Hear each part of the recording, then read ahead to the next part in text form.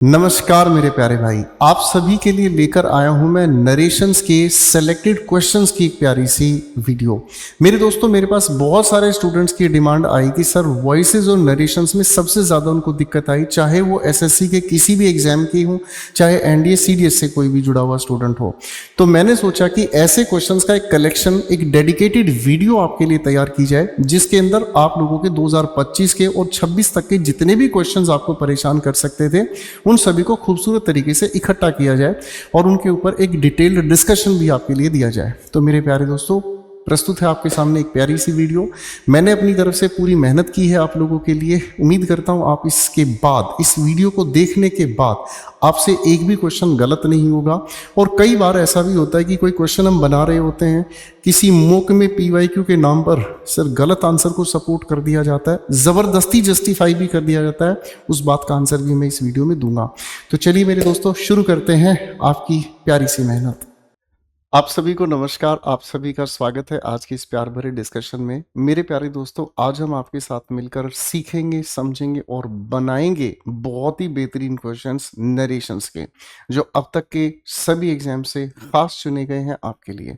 चलिए दोस्तों, शुरू करते हैं नरेशन की इस प्यार भरी कहानी। आपने इस क्वेश्चन को पढ़ा। क्वेश्चन कहता है, the detective said to the witness, did you observe anyone suspicious near the premises. अब हमारे सामने इस क्वेश्चन को जब हम इनडायरेक्ट स्पीच में लेकर जा रहे हैं, तो हम सबसे पहले रिपोर्टेड स्पीच की तरफ ध्यान से देखेंगे।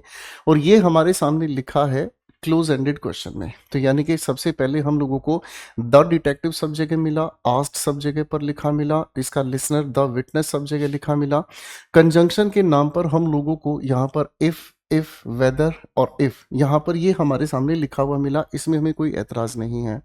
आगे हमने देखा इस यू को विटनेस के अकॉर्डिंग चेंज करना है। जब हमारे सामने कोई भी कॉमन जेंडर यूज किया जाता है, तो नाउन में मैंने आपको ये पढ़ाया, उसके लिए हम मैस्कुलिन प्रायोरिटी रखते हैं, इसीलिए सब जगह पर यहाँ पर ही अपनी जगह आना चाहिए। तो ये यू अपनी जगह गलत हो गया, दे अपनी जगह गलत हो गया, अब ही दोनों जगह पर है। सर यहाँ लिखा है डिड के साथ V1, पास्ट इंडेफिनिट, तो पास्ट परफेक्ट की तरफ हम जाएंगे, इसीलिए करेक्ट आंसर हमारे सामने बी यहाँ पर बन जाता है। ठीक है बच्चे, क्वेश्चन आपके सामने आया है मेरे बच्चे। The historian claimed that the ancient civilization had developed an advanced irrigation system. आपके सामने इस लिखे हुए सेंटेंस को इनडायरेक्ट स्पीच में लिखा गया है, आपको इसे डायरेक्ट स्पीच में कन्वर्ट करना है। तो डायरेक्ट स्पीच में कन्वर्ट करने के लिए हमें सबसे पहले एक चीज को ऑब्जर्व करना होगा। इन्वर्टेड कोमास की जगह दैट लिखा है, इसका मतलब जो लिखी हुई स्टेटमेंट है वो असर्टिव हमारे सामने है। ठीक है ना। क्लेम्ड की जगह क्लेम्ड भी, अनाउंस्ड भी, क्लेम्ड भी और क्लेम्ड भी लिखा हुआ है। सब जगह पर द हिस्टोरियन स्पीकर है, लिसनर कोई है नहीं। आगे हमने बढ़ा द एंशिएंट सिविलाइजेशन, सभी ऑप्शन में लिखा हुआ है। अब यहाँ लिखा है हमारे सामने हेड डेवलप्ड। हेड डेवलप्ड को अगर हम ऑब्जर्व करें तो ये टेंस के मुताबिक पास्ट परफेक्ट है।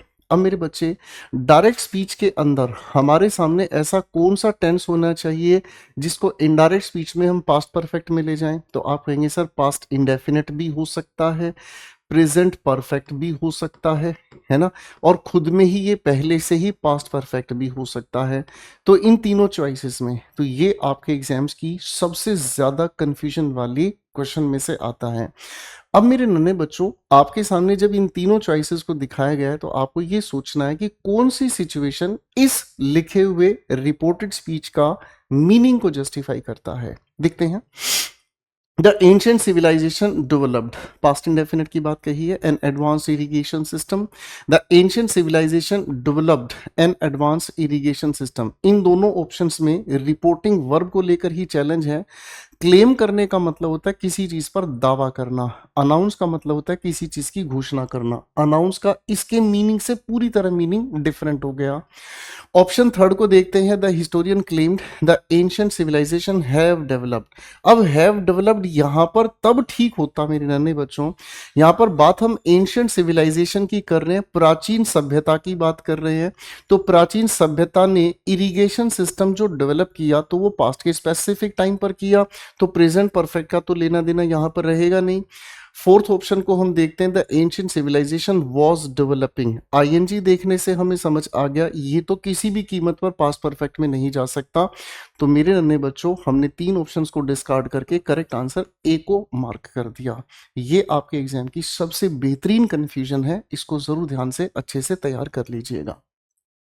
आपके सामने क्वेश्चन आया है मेरे बच्चों, the manager inform the staff. Informed reporting verb हमारे सामने है, स्टाफ हमारे सामने लिसनर है, दैट हमारी कंजंक्शन है। The meeting had been postponed to Monday. Meeting को मंडे के लिए पोस्टपोन किया गया है। यहाँ लिखा है हैड बीन और आगे लिखा है पोस्टपोन। अब मेरे बच्चों मजेदार बात यह है कि ये पास्ट परफेक्ट का अपने आप में पैसिव है, ठीक है। पास्ट परफेक्ट का ये अपने आप में पैसिव है, ठीक है। और अगर हम समझने की कोशिश करें तो वही 3 बातें सामने आती हैं। भाई पास्ट परफेक्ट के लिए हम डायरेक्ट स्पीच में लेकर जाएंगे, क्वेश्चन इनडायरेक्ट में लिखा ना मेरे बच्चे। तो जब इसके लिए डायरेक्ट स्पीच हम कंसीडर करेंगे तो 3 संभावनाएं हैं, सेकंड फॉर्म ऑफ वर्ब, या फिर अगर मैं कहूं हैज या हैव के साथ थर्ड फॉर्म, या फिर सेंटेंस पहले से ही पास्ट परफेक्ट में है। तो इन तीनों में से देखना होगा हमें कौन सी बात इसके लिए वैलिड है। सर हमें ऐसी सिचुएशन में देखना होता है कि रिपोर्टेड स्पीच का कॉन्टेक्स्ट क्या जनरेट करता है, ठीक है ना। देखते हैं, इन्फॉर्म द मैनेजर यहाँ लिखा है, ठीक है ना। यहाँ लिखा है सेट द मैनेजर, ये भी लिखा है। यहाँ सेट द मैनेजर और यहाँ पर सेट द मैनेजर, तीनों बातों चारों बातों में एक ही चीज है। हमें टेंस को लेकर कंफ्यूज किया गया है। यहाँ पर द मीटिंग सब जगह लिखा है। इज पोस्टपोन्ड, इज पोस्टपोन्ड का अगर हम इनडायरेक्ट स्पीच बनाते तो वॉज पोस्टपोन्ड होना चाहिए, यानी कि ये चॉइस गलत हो गई। हैज बीन पोस्टपोन्ड की संभावना हो सकती है, ठीक है ना, क्योंकि यहाँ पर क्योंकि कोई टाइम वर्ड हमें दिया नहीं है, टाइम का रेफरेंस भी हमें नहीं दिया कि हम इस चीज को मान के चलें कि ये पास्ट की बात है। हमें क्लियर कट ये समझ आ रहा है कि भाई जो ये लिखा है हो सकता है कि हाल ही में ऐसा हुआ, उसी को हमने इनडायरेक्ट स्पीच में लेके गए। संभावना है किसी भी लिखे हुए सेंटेंस में इनडायरेक्ट स्पीच में जब हम देखते हैं तो एक सिंगल सेंटेंस को कभी भी हम पास्ट परफेक्ट में नहीं लिख सकते। तो इनडायरेक्ट स्पीच की अगर हम बात करते हैं तो इन्वर्टेड कॉमास के अंदर लिखा हुआ ये पूरा का पूरा सिंगल सेंटेंस पास्ट परफेक्ट का पैसिव बिल्कुल वैलिड नहीं है, जब तक इसके साथ कोई कीवर्ड नहीं है या इसके साथ कोई रिमोट पास्ट स्टेटमेंट नहीं है। क्योंकि हम पास्ट परफेक्ट टेंस का मतलब समझते हैं कि ये किसी पास्ट से ज्यादा पास्ट वाले इंसिडेंट को बताने का काम करता है। तो ये भी गलत हो गया। सर विल भी तो दूर दूर तक कनेक्टेड नहीं है, तो ये भी गलत हो गया। फिर मेरे बच्चों करेक्ट आंसर हमारे सामने बी मार्क होता है, ठीक है। यहां पर इसका आंसर है। क्वेश्चन आपके सामने आया है मेरे बच्चों डायरेक्ट स्पीच में, आपको इसे इनडायरेक्ट में लेकर जाना है। अब आपको यहाँ एक टेक्निक मेंटेन करके चलनी है। अगर हमारे सामने कोई रिपोर्टेड स्पीच के अंदर ऐसा सेंटेंस लिखा हुआ हो जो बड़ा सेंटेंस हो, ऐसा भी हो सकता है कि हमारे लिखे हुए रिपोर्टेड स्पीच के अंदर एक नहीं 2 सेंटेंसेस भी हमें लिखे हुए मिल जाएं, तो ऐसी सिचुएशन के साथ पहली बात बड़ा सेंटेंस रिपोर्टेड स्पीच में हो, दूसरी बात 2 सेंटेंसेस लिखे हुए हो, और तीसरी बात अगर लिखा हुआ एक ही सेंटेंस के अंदर टाइम बताने वाला कोई वर्ड या नियरनेस बताने वाला कोई भी वर्ड अगर देखने को मिलता है, तो हम इसके लिए इन तीनों सिचुएशंस के लिए एक नया कॉन्सेप्ट मेंटेन कर चलते हैं, आरटीओ।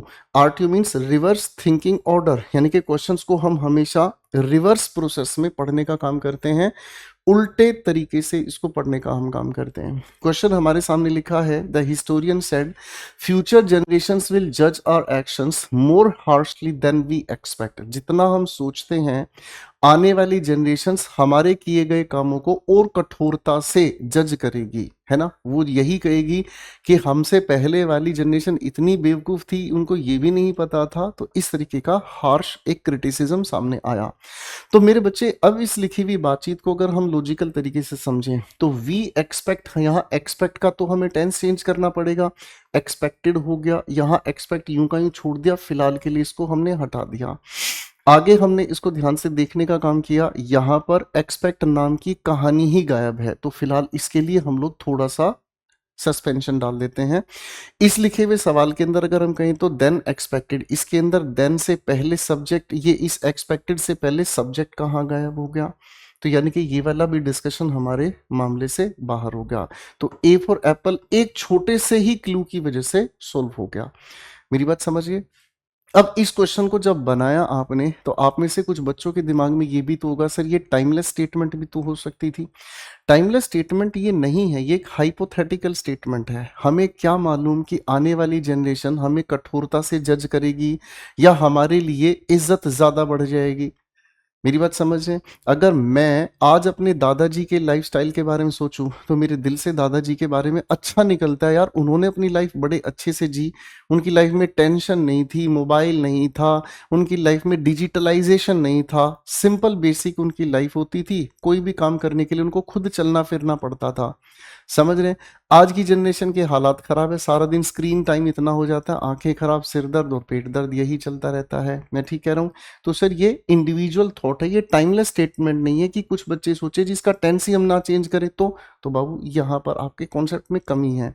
और बाबू कॉन्सेप्ट को सही तरीके से ठीक करने के लिए मेरा बड़े भाई होने के नाते आपके लिए एक सजेशन है, आपको बिल्कुल एक बेसिक से एडवांस लेवल तक का एक प्रॉपर बैच ज्वाइन करना चाहिए, जो आपके लिए मैं करियरविल ऐप पर लेकर आता हूँ, एक प्यारा सा सिलेक्शन बैच जिसकी मदद से आप बहुत कुछ सीख पाते हैं। ठीक है ना? ओके बच्चे, चलिए ये क्वेश्चन का आंसर हम लोगों ने बना दिया है।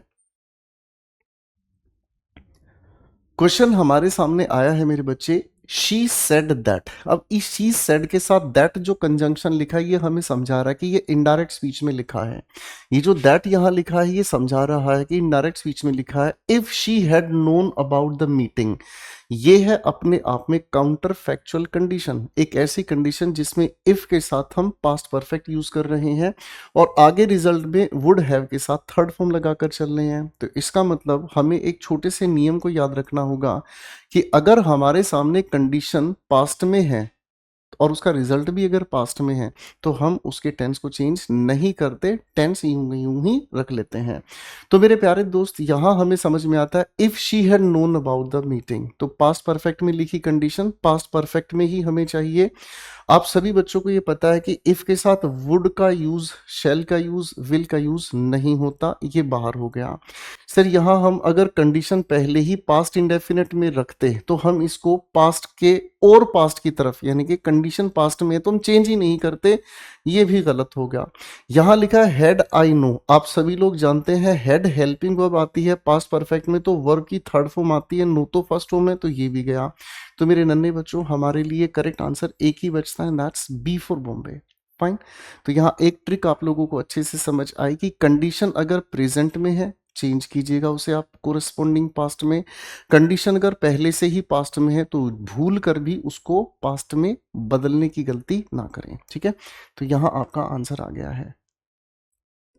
अब ये क्वेश्चन आपके लिए एक बहुत बेहतरीन कंफ्यूजन से भरा है। कैसे? देखिए मेरे बच्चे, पहले तो आपने पढ़ा द प्रोफेसर सेड, सेड के साथ इस दैट ने लिखा हुआ, तो हमें ये तुरंत समझ आ गया कि ये इनडायरेक्ट स्पीच में लिखा है, हमें इसे डायरेक्ट में लेकर जाना है।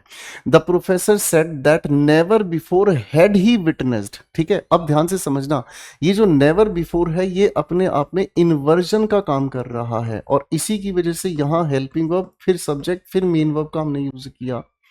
ठीक है ना जी। अब नेवर बिफोर का मतलब हमें समझ में आता है आज से पहले कभी नहीं, इसका मतलब हो गया आज से पहले कभी नहीं।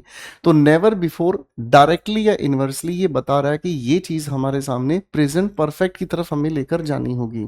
अब देखिए मजेदार बात आगे क्या लिखी है, such intellectual curiosity in his students. मैं अगर आपसे पूछूं ये हिज किसके लिए यूज हुआ तो आप कहेंगे सर प्रोफेसर के लिए। प्रोफेसर कौन है? स्पीकर है। ठीक है जी, प्रोफेसर कौन है? स्पीकर है। स्पीकर के अकॉर्डिंग प्रोनाउन या डिटर्मिनर को चेंज करने के लिए में आई, माई, मी का जरूरत पड़ेगी, तो यहाँ पर क्या होना चाहिए? My students. अब देखो बड़ी मजेदार बात सामने आ रही है, यहाँ पर माई स्टूडेंट्स लिखा है। ठीक है जी, यहाँ पर माई स्टूडेंट्स लिखा है, यहाँ पर माई गायब है, फिलहाल के लिए छुट्टी, यहाँ पर माई स्टूडेंट्स लिखा है। आरटीओ ने बड़ी मदद की हमारी, बोलो हाँ। ऑप्शन एलिमिनेट करना, देखिए एक अच्छा बच्चा जब तैयारी करता है ना तो उसका पहला यही फंडा होता है, ऑप्शंस एलिमिनेट करने आने चाहिए। सही आंसर क्या है इससे इतना फर्क नहीं पड़ता, गलत गलत क्यों है इसकी वजह से हम उसे हटाते चले जाते हैं। Getting my point? अब मेरे बच्चे यहां हमें समझ में आ गया आज से पहले, तो सर ये तो सेकंड फॉर्म की ही बात कर रहा है, ये तो अपनी जगह गलत हो गया है कि नहीं। यहां पर लिखा है हमारे सामने I never witness, present indefinite को चाहकर भी हम पास्ट परफेक्ट में नहीं लेकर जा सकते। अब हमारे सामने एक ऑप्शन क्या कह रहा है, I have never witnessed such intellectual curiosity in my students before. Never और बिफोर भी सही है, प्रेजेंट परफेक्ट भी हमारे सामने है, ठीक है जी, ये बात चल गई। यहां पर भी ये वाली बात आ रही है। अब बाबू इसमें और इसमें ये तो हमने माई की वजह से डिस्कार्ड कर ही दिया था, तीनों ऑप्शंस हट ही गए हैं। यहां पर एक और गलती हमें देखने को मिलती है। अगर नेवर बिफोर हम पहले लिखते तो इन्वर्जन फॉर्मेट के अकॉर्डिंग हेल्पिंग और पहले आती, तो ये दूसरी वजह से भी कटता है। करेक्ट आंसर यहां हमारे पास ए फॉर एप्पल बचता है, ठीक है, और यहां इसका आंसर है। तो क्वेश्चन हमें कहता है शी रिमार्क्ड दैट। अब इस शी रिमार्क्ड दैट को देखकर हमें समझ आया ये इनडायरेक्ट स्पीच में लिखा है। She remarked that the result had been impressive, result impressive रहा, ठीक है जी। ये हमारे सामने पास्ट परफेक्ट की बात कर रहा है। येट अपने आप में कंजंक्शन है जो बताने का काम करता है, हालांकि मतलब एक तरीके का कंट्रास्ट हमारे सामने रखने का काम कर रहा है कि रिजल्ट जो वो इम्प्रेसिव है, फिर भी जो प्रोसेस है उसकी आवश्यकता है फर्दर रिफाइनमेंट की। फर्दर रिफाइनमेंट का मतलब क्या होता है, और भी इसके अंदर सुधार किए जा सकते हैं, और सुधार की तरफ ये हमें लेकर जा रहा है। अब मेरे दोस्त इस सवाल में अगर हम समझने का काम करते हैं तो ये एक प्यारी सी कंफ्यूजन है, ठीक है ना। यहां पर हमारे सामने लिखा हुआ पास्ट परफेक्ट है, यहां लिखा हमारे सामने पास्ट इंडेफिनिट है, तो चलो इसको भी हम समझ लेते हैं। संभावनाएं क्या है ऑप्शंस में वो भी देख लेते हैं। She said the result had been impressive yet the process demanded further refinement. मजेदार बात है, इस ऑप्शन के अंदर ना तो इस लिखे हुए मेन क्लॉज को चेंज किया और ना ही इस लिखे हुए सबऑर्डिनेट क्लॉज, मतलब सबऑर्डिनेट क्लॉज को चेंज किया, इसमें कोई भी चेंज इसने नहीं किया, ठीक है जी। नेक्स्ट पॉइंट को देखते हैं, द रिजल्ट्स आर इंप्रेसिव। हम चाहकर भी आर इंप्रेसिव को हैड बीन इंप्रेसिव में नहीं लेकर जा सकते। नेक्स्ट हमारे सामने आता है द रिजल्ट्स वर इंप्रेसिव। बाबू वर को हम हैड बीन की तरफ आराम से लेकर जा सकते, इस पर कोई एतराज नहीं है।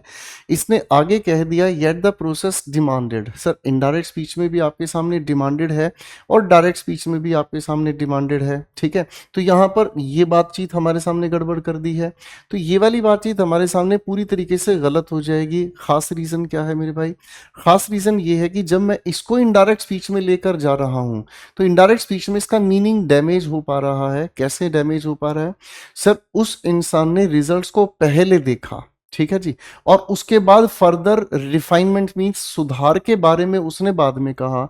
आप कहेंगे सर ये येट फिर क्या कर रहा है, अगर यहाँ बिफोर आफ्टर होता तो इस बात को हम वैलिड मान लेते।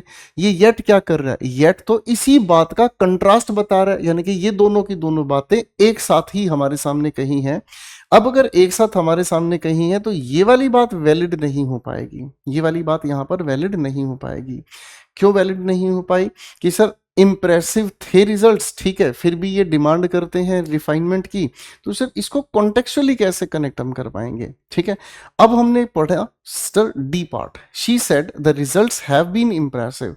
अब तक के जो रिजल्ट्स हैं वो इंप्रेसिव हैं, फिर भी अभी अभी हम क्या कहते हैं कि इनके अंदर और डिफाइनमेंट हो सकते हैं, तो ये वाली बात हमारे सामने ज्यादा वैलिड बनती है, ठीक है ना। तो ये क्वेश्चन में भी गलत दिया गया था, मतलब इसका आंसर जो आंसर की में है वो गलत दिया गया था।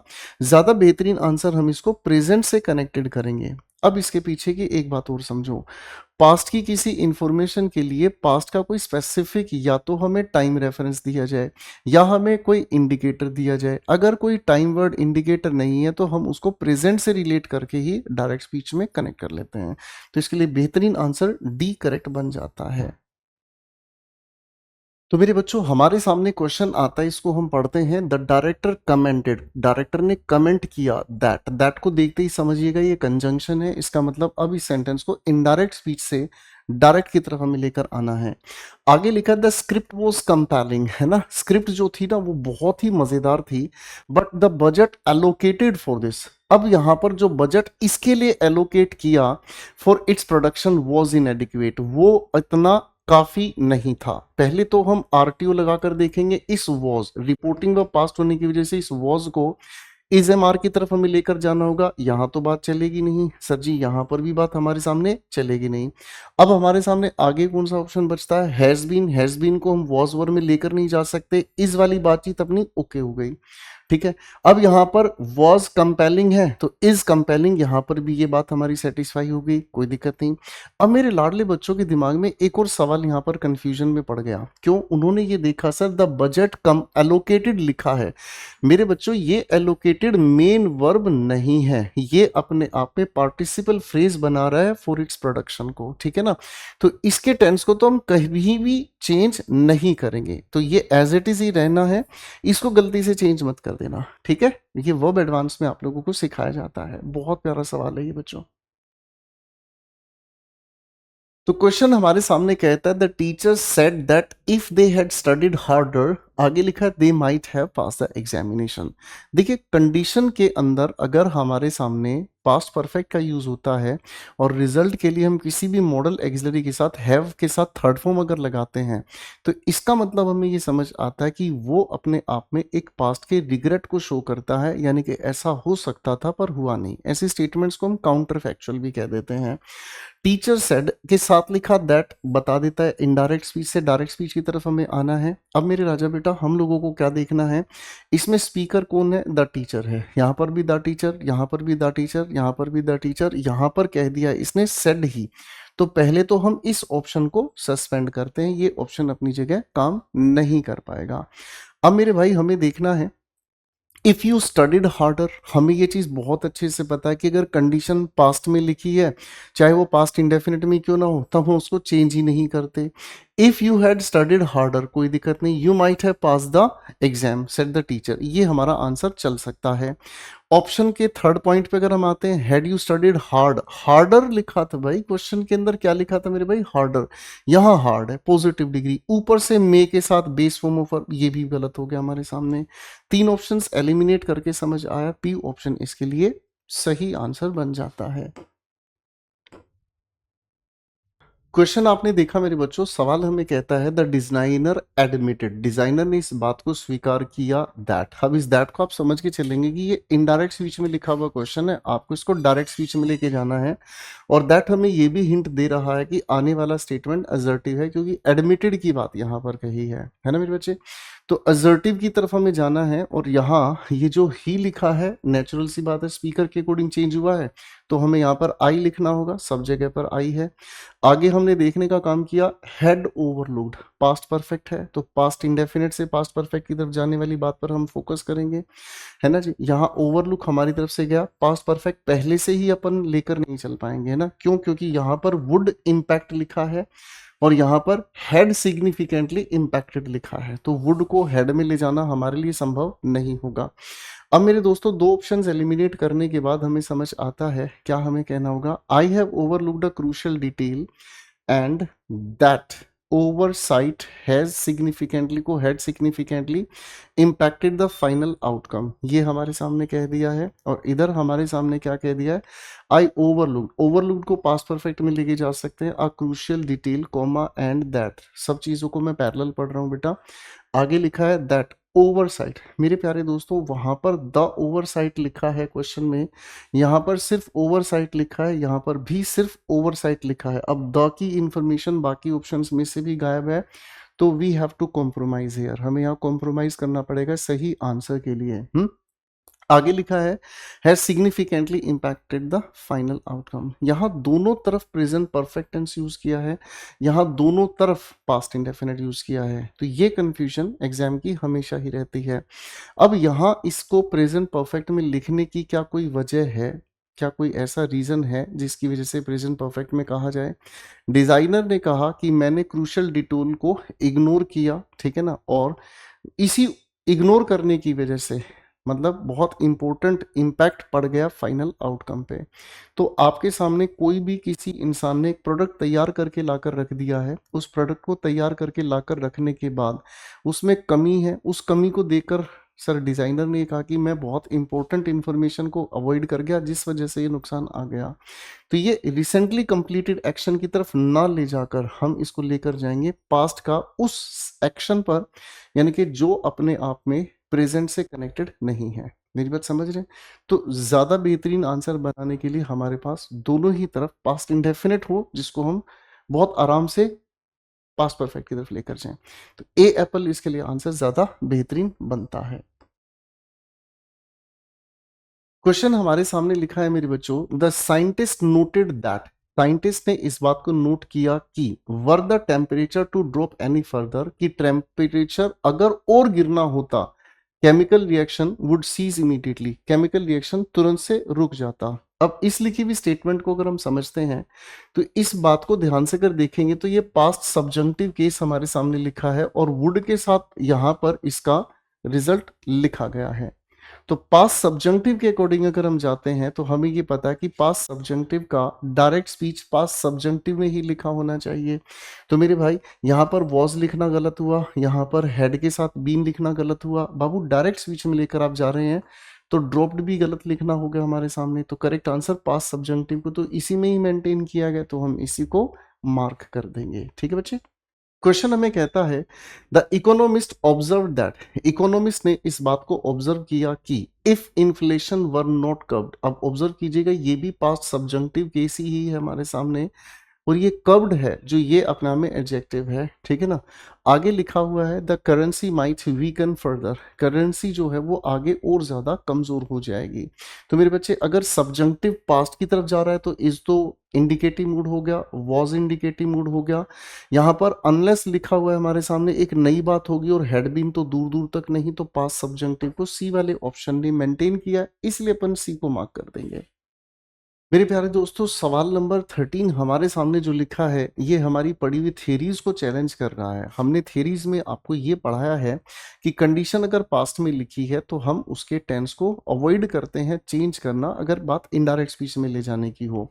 तो दोस्तों सीजीएल के पेपर में ये सवाल घुमा दिया है ना। The police said if the fire fighters did not arrive, यहां पर हमारे सामने कंडीशन पास्ट इंडेफिनिट में लिखी है। रिजल्ट की बात करते हैं तो वुड के साथ बी और आगे लिखा है बर्निंग। ठीक है, कायदे से इसके टेंस को हमें चेंज नहीं करना। अब ऑप्शंस को आप देखेंगे तो आपका सिर घूम जाएगा।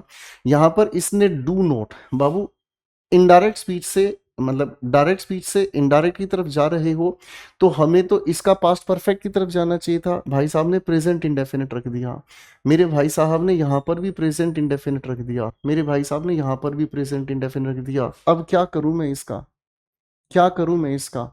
कभी कभी मन तो कर रहा है कि जाकर इस क्वेश्चन को चैलेंज कर दूं, लेकिन चैलेंज करने की समय सीमा समाप्त हो गई है, तो मजबूरन हमें क्या करना पड़ा, जो बचता है इसी को कॉम्प्रोमाइज करेंगे। और क्या करेंगे, इस भाई ने यहाँ क्या कर दिया, इस डिड नॉट अराइव को हैड नॉट अराइव्ड में चेंज कर दिया। कायदे से ये अपने आप में गलत है, लेकिन क्या करें, मजबूरन है, हमें इसको मार्क करना पड़ गया। ठीक है बच्चे। क्वेश्चन हमें कहता है the director explained, reporting verb past है, कंजंक्शन दैट है, इसका मतलब सेंटेंस इन डायरेक्ट स्पीच में लिखा है, हमें इसको डायरेक्ट स्पीच में लेकर आना होगा। द प्रोजेक्ट नीडेड, बाबू यहाँ पर needed second form of verb में लिखा है। More funding and the deadline had to be extended, deadline को जो है वो एक्सटेंड करना होगा, यहाँ पर ये पास्ट में लेकर जाया गया है। अब मेरे बच्चे हमें देखना है सवाल के फोर्थ ऑप्शन में, यहाँ विल बी एक्सटेंडेड लिखा है। डायरेक्ट स्पीच में विल बी एक्सटेंडेड है तो इनडायरेक्ट में तो वुड की तरफ हमें जाना था। यहाँ पर पास्ट की ही बात लिखी हुई हो सकती है, होने के लिए हो सकती है, लेकिन ये बात पॉसिबल नहीं है कि इधर जो हमारे सामने एंड कंजंक्शन के बाद तो हैड टू भी लिख दें और एंड कंजंक्शन से पहले नीड्स लिख दें, ये गलत हो जाएगा मेरे भाई।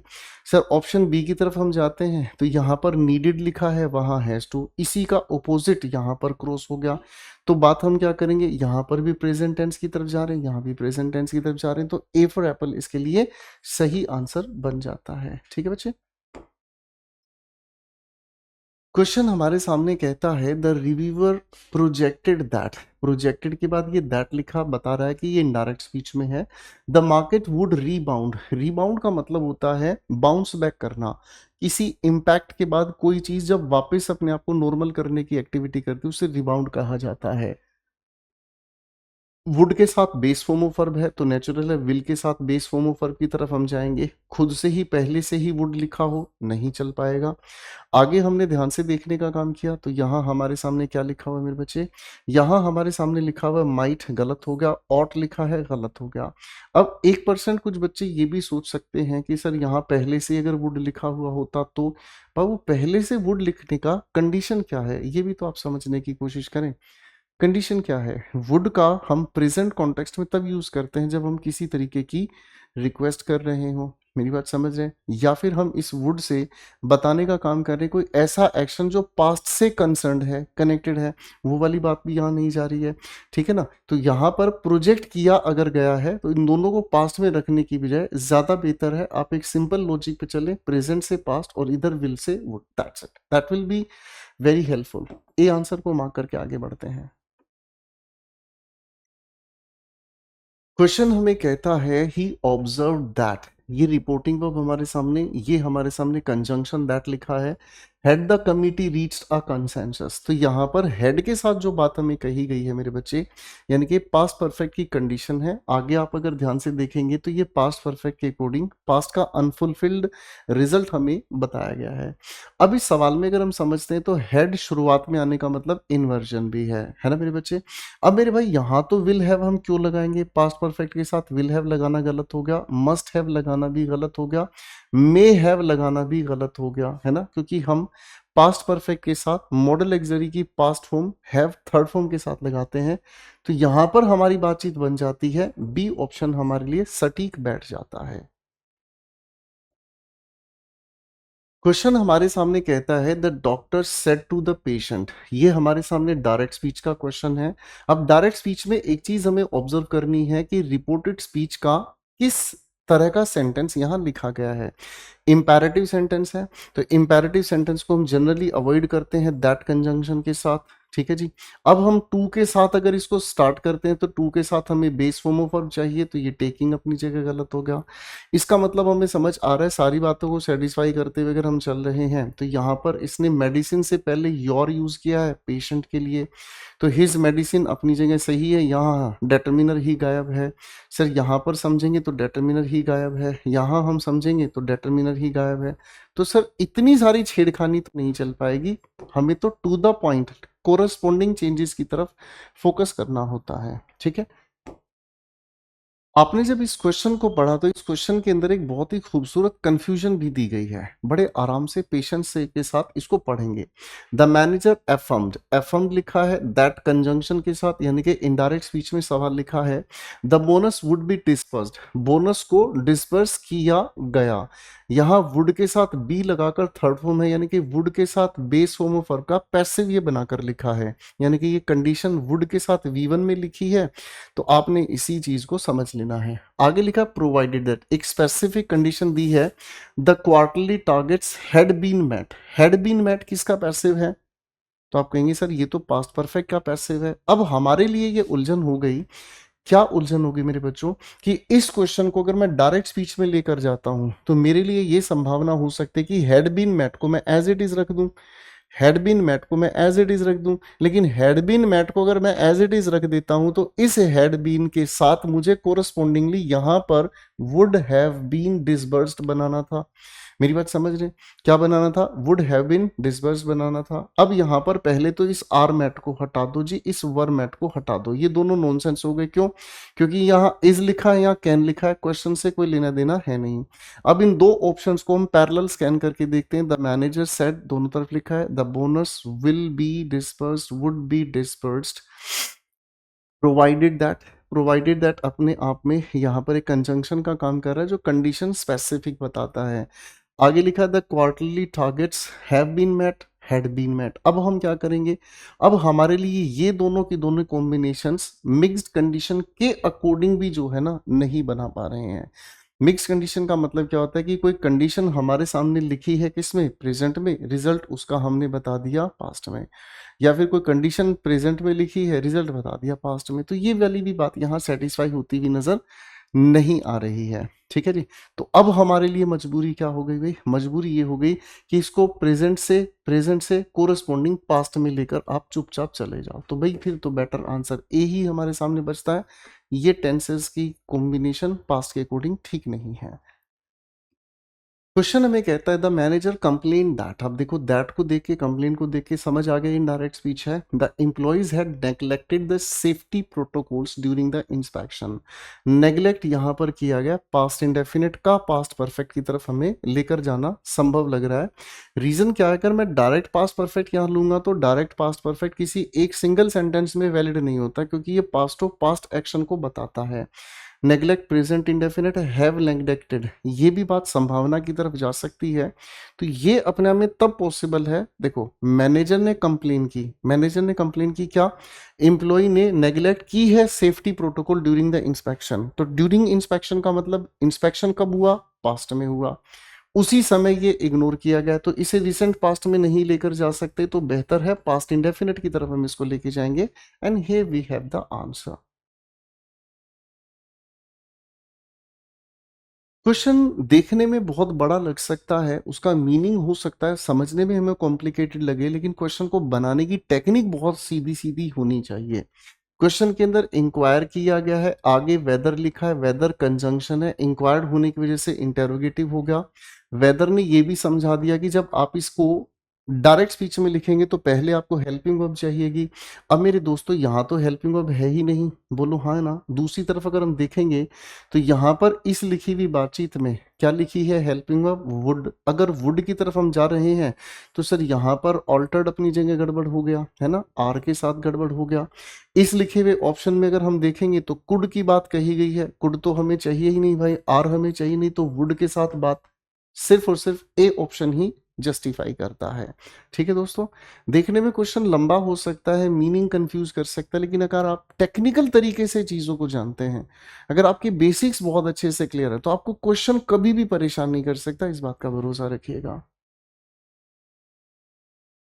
क्वेश्चन हमें कहता है मेरे बच्चों, how shocking that the report was leaked. कितनी अचंभे वाली ये बात है कि रिपोर्ट लीक की गई थी बिफोर द अनाउंसमेंट, है ना। ये स्पोक्स पर्सन प्रवक्ता ने एक्सक्लेम किया है। मेरे बच्चे यहाँ पर अगर हम समझेंगे तो spokes person was shocked, passive voice हमने क्यों बनाया, वो तो हमारे सामने रिपोर्टेड स्पीच का हिस्सा है ना, ये तो रिपोर्टेड स्पीच का हिस्सा है। और आप इस सेंटेंस को पढ़कर समझ ही गए कि अगर सेंटेंस की शुरुआत में हाउ लिखा है ना, तो इस हाउ को कहने का मतलब सवाल नहीं पूछा जा रहा, ये एक्सक्लेमेटरी साइन एक्सक्लेमेशन को बता रहा है। तो ये वाली बात अपनी जगह नॉनसेंस हो गई, है ना। यहाँ पर सेड वाले ऑप्शन को हम इसलिए वैलिड नहीं कहेंगे क्योंकि एक्सक्लेमेटरी सेंटेंसेस को जब हम ट्रांसफॉर्म करते हैं तो अपन सेड का यूज नहीं करते। अब इन दोनों ऑप्शंस पे चलते हैं, द स्पोक्स पर्सन एक्सप्लेन्ड, और उसके बाद यहाँ हाउ गलत हो गया ना भाई। हम एक्सक्लेमेटरी सेंटेंस में कंजंक्शन दैट का यूज करते हैं and rest of the sentences okay here. ठीक है, सी फॉर चाइना यहाँ पर करेक्ट आंसर बनता है। क्वेश्चन हमारे सामने कहता है ऑल दो मीन्स हालांकि, ये अपने आप में मेरे दोस्तों कंजंक्शन है, और सबसे अच्छी बात ये है कि ये वो कंजंक्शन नहीं है जो इसको कंडीशन में बदले या फिर इसको टाइम क्लॉज में बदले। तो ये एक कंट्रास्ट बताने वाला हमारे सामने कंजंक्शन है। ऑल दो न्यू एविडेंस एमर्ज, हालांकि एक नया एविडेंस सबूत हमारे सामने आया। इन्वेस्टिगेशन रही क्या रही, इनकंक्लूसिव, इन्वेस्टिगेशन का कोई कंक्लूजन निकल नहीं पाया, डिटेक्टिव ने इस बात को नोट किया। तो मेरे प्यारे दोस्तों कायदे से तो ये होना चाहिए दोनों की दोनों एक्शन पास परफेक्ट में जाने चाहिए, कोई दिक्कत नहीं है। द डिटेक्टिव नोटेड सभी ऑप्शंस में है, दैट सभी ऑप्शंस में है, द इन्वेस्टिगेशन हमारे सामने देखो ध्यान से, द इन्वेस्टिगेशन हमारे सामने यहां से शुरू कर रहा है, रिमेन्ड सेकंड फॉर्म है, इनकंक्लूसिव।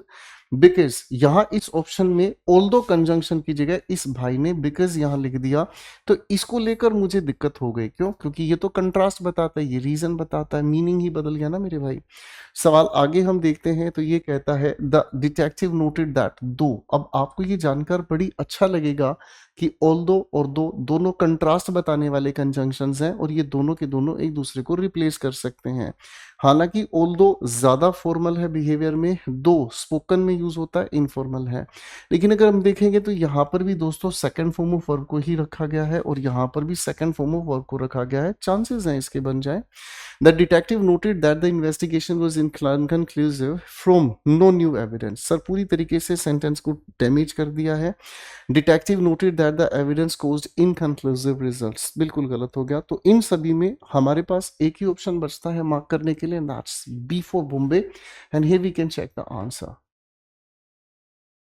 क्वेश्चन हमें कहता है the client wanted to know. मेरे प्यारे दोस्तों ये रिपोर्टिंग वर्ब जो है ना, वांटेड टू नो, बताती है कि हमारे सामने लिखा हुआ जो सेंटेंस है रिपोर्टेड स्पीच में वो इंटेरोगेटिव है। वेदर बता रहा है कंजंक्शन, यानी कि जो इन्वर्टेड कोमास के अंदर है वो शुरुआत में हेल्पिंग वर्ब आए। सबसे पहले अपन जंप करते हैं, हेल्पिंग वर्ब कौन सी है? आप कहेंगे सर हेल्पिंग वर्ब है कुड। कुड के लिए हमें हेल्पिंग वर्ब में कैन चाहिए शुरुआत में, ये कैन रहा। आंसर ये शुड गया, इज गया, हैज गया, बात खत्म। तो कई बार हमारे जो कॉन्सेप्ट्स की अगर क्लैरिटी है ना, वो हमें क्वेश्चंस को समय बचाने पे भी मोटिवेट करती है। तो ये संभल के चलने वाला सवाल था, सेकंड्स में उड़ा सकते थे। आइए मेरे बच्चों क्वेश्चन को पढ़ के देखते हैं। लिखा है लेट इट बी रिकॉर्डेड, इस बात को दर्ज किया जाए कि we acted in accordance with the law, कानून के अनुसार हम लोगों ने क्या किया, रिएक्ट किया है, या जो भी हमने किया है। यहाँ लेट से एक सजेशन पेश किया गया है, यहाँ acted second form of verb है। अब हम इसको इनडायरेक्ट स्पीच की तरफ लेकर जाते हैं, तो इस एक्टेड को एक्टेड ही रखना है, पॉसिबल नहीं है। सवाल के सेकंड ऑप्शन की तरफ जाते हैं, तो इसने अनाउंस किया। लेट के मामले में एक सपोजिशन होती है, सपोजिशन को हम शुड के साथ बताते हैं एडवाइस की तरीके से।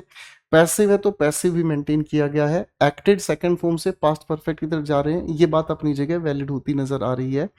लेट को हम बिना कंजंक्शन के सीधा सीधा रख दे, ये हो नहीं सकता, ऐसा ऑप्शन श्रीलंका भेज देते हैं। The lawyer announced they acted, sir यहाँ पर सीधा सीधा एक्टेड उठा लिया बिना कंजंक्शन के, तो बाबू ये भी नहीं चल पाएगा। तो करेक्ट आंसर हमारे सामने एक ही बचता है, एंड दैट इज बी। ठीक है मेरे बच्चे,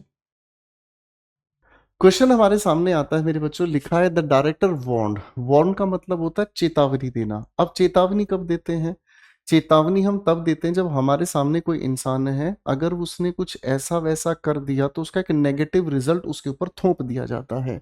ठीक है ना, जैसे आपने किसी को कहा अगर तुम दोबारा बोले तो मैं तुम्हारा मुंह तोड़ दूंगा, तो यहाँ पर जब हम इनडायरेक्ट स्पीच बनाएंगे ऐसे सेंटेंस का, तो हमें उसमें वार्निंग का एक इंटैक्ट रखना पड़ेगा मीनिंग।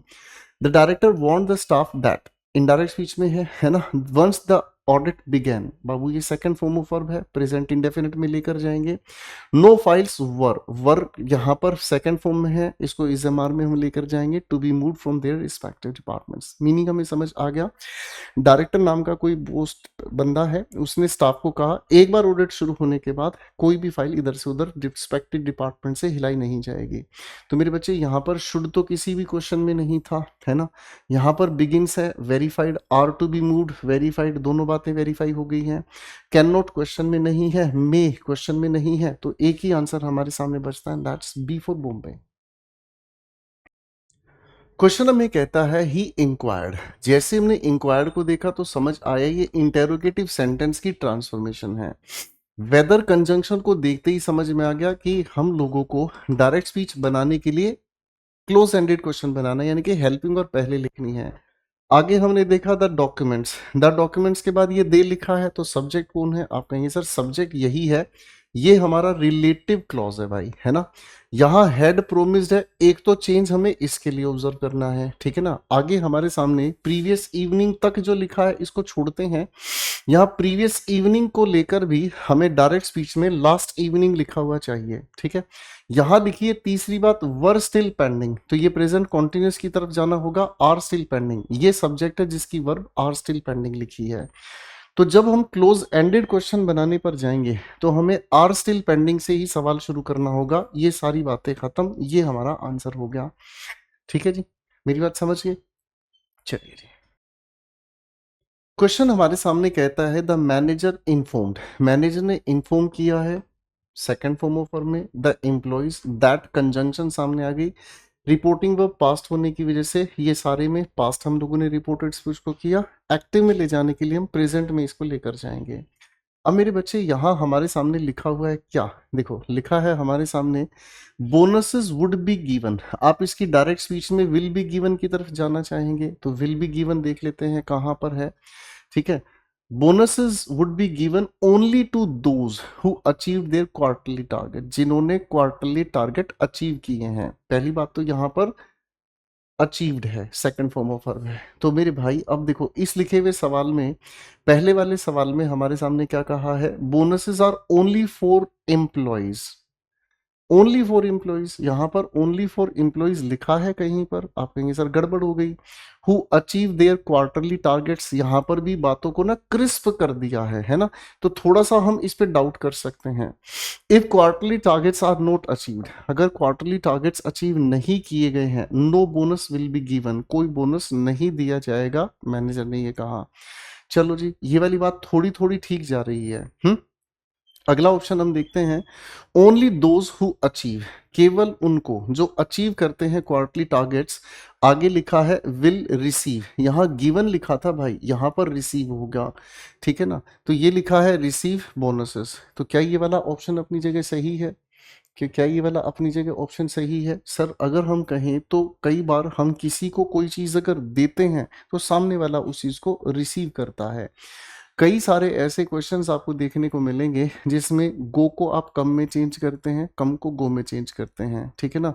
गिव को टेक में चेंज करते हैं, टेक को गिव में चेंज करते हैं। सेम वाइज इसी तरीके से आप गिव को रिसीव में चेंज करते हैं। बात अधिकतर सेटिस्फाइड यहाँ है। एम्प्लॉइज अचीविंग टारगेट्स, यहाँ आपने ये पार्टिसिपल फ्रेज में बदला, इसकी जरूरत नहीं थी। अब इन दोनों में एक फर्क है, सेक्शन के जो बी वाले पार्ट की देखेंगे, इसने कंडीशनल बना दिया, जबकि क्वेश्चन के अंदर तो कंडीशनल था ही नहीं। जब मेरे प्यारे दोस्तों कंडीशनल था ही नहीं, ऊपर से यहाँ पर हम लोगों ने इसको नेगेटिव कंडीशन बनाया, तो ये भी था नहीं। तो फिलहाल इसको हटाकर हम सी वाले ऑप्शन की तरफ ही स्टिक करेंगे। क्वेश्चन हमें कहता है द कंसल्टेंट स्टेटेड, स्टेटेड का मतलब होता है सेड, जो कहने का मतलब है वही स्टेटेड है, वही सेड है। कंजंक्शन दैट लिखा तो असर्टिव फ्रेम में हमें इसको लेकर जाना है। द स्ट्रेटजी ऑल्दो एम्बिशियस, है ना, हालांकि ये एम्बिशियस थी, ठीक है।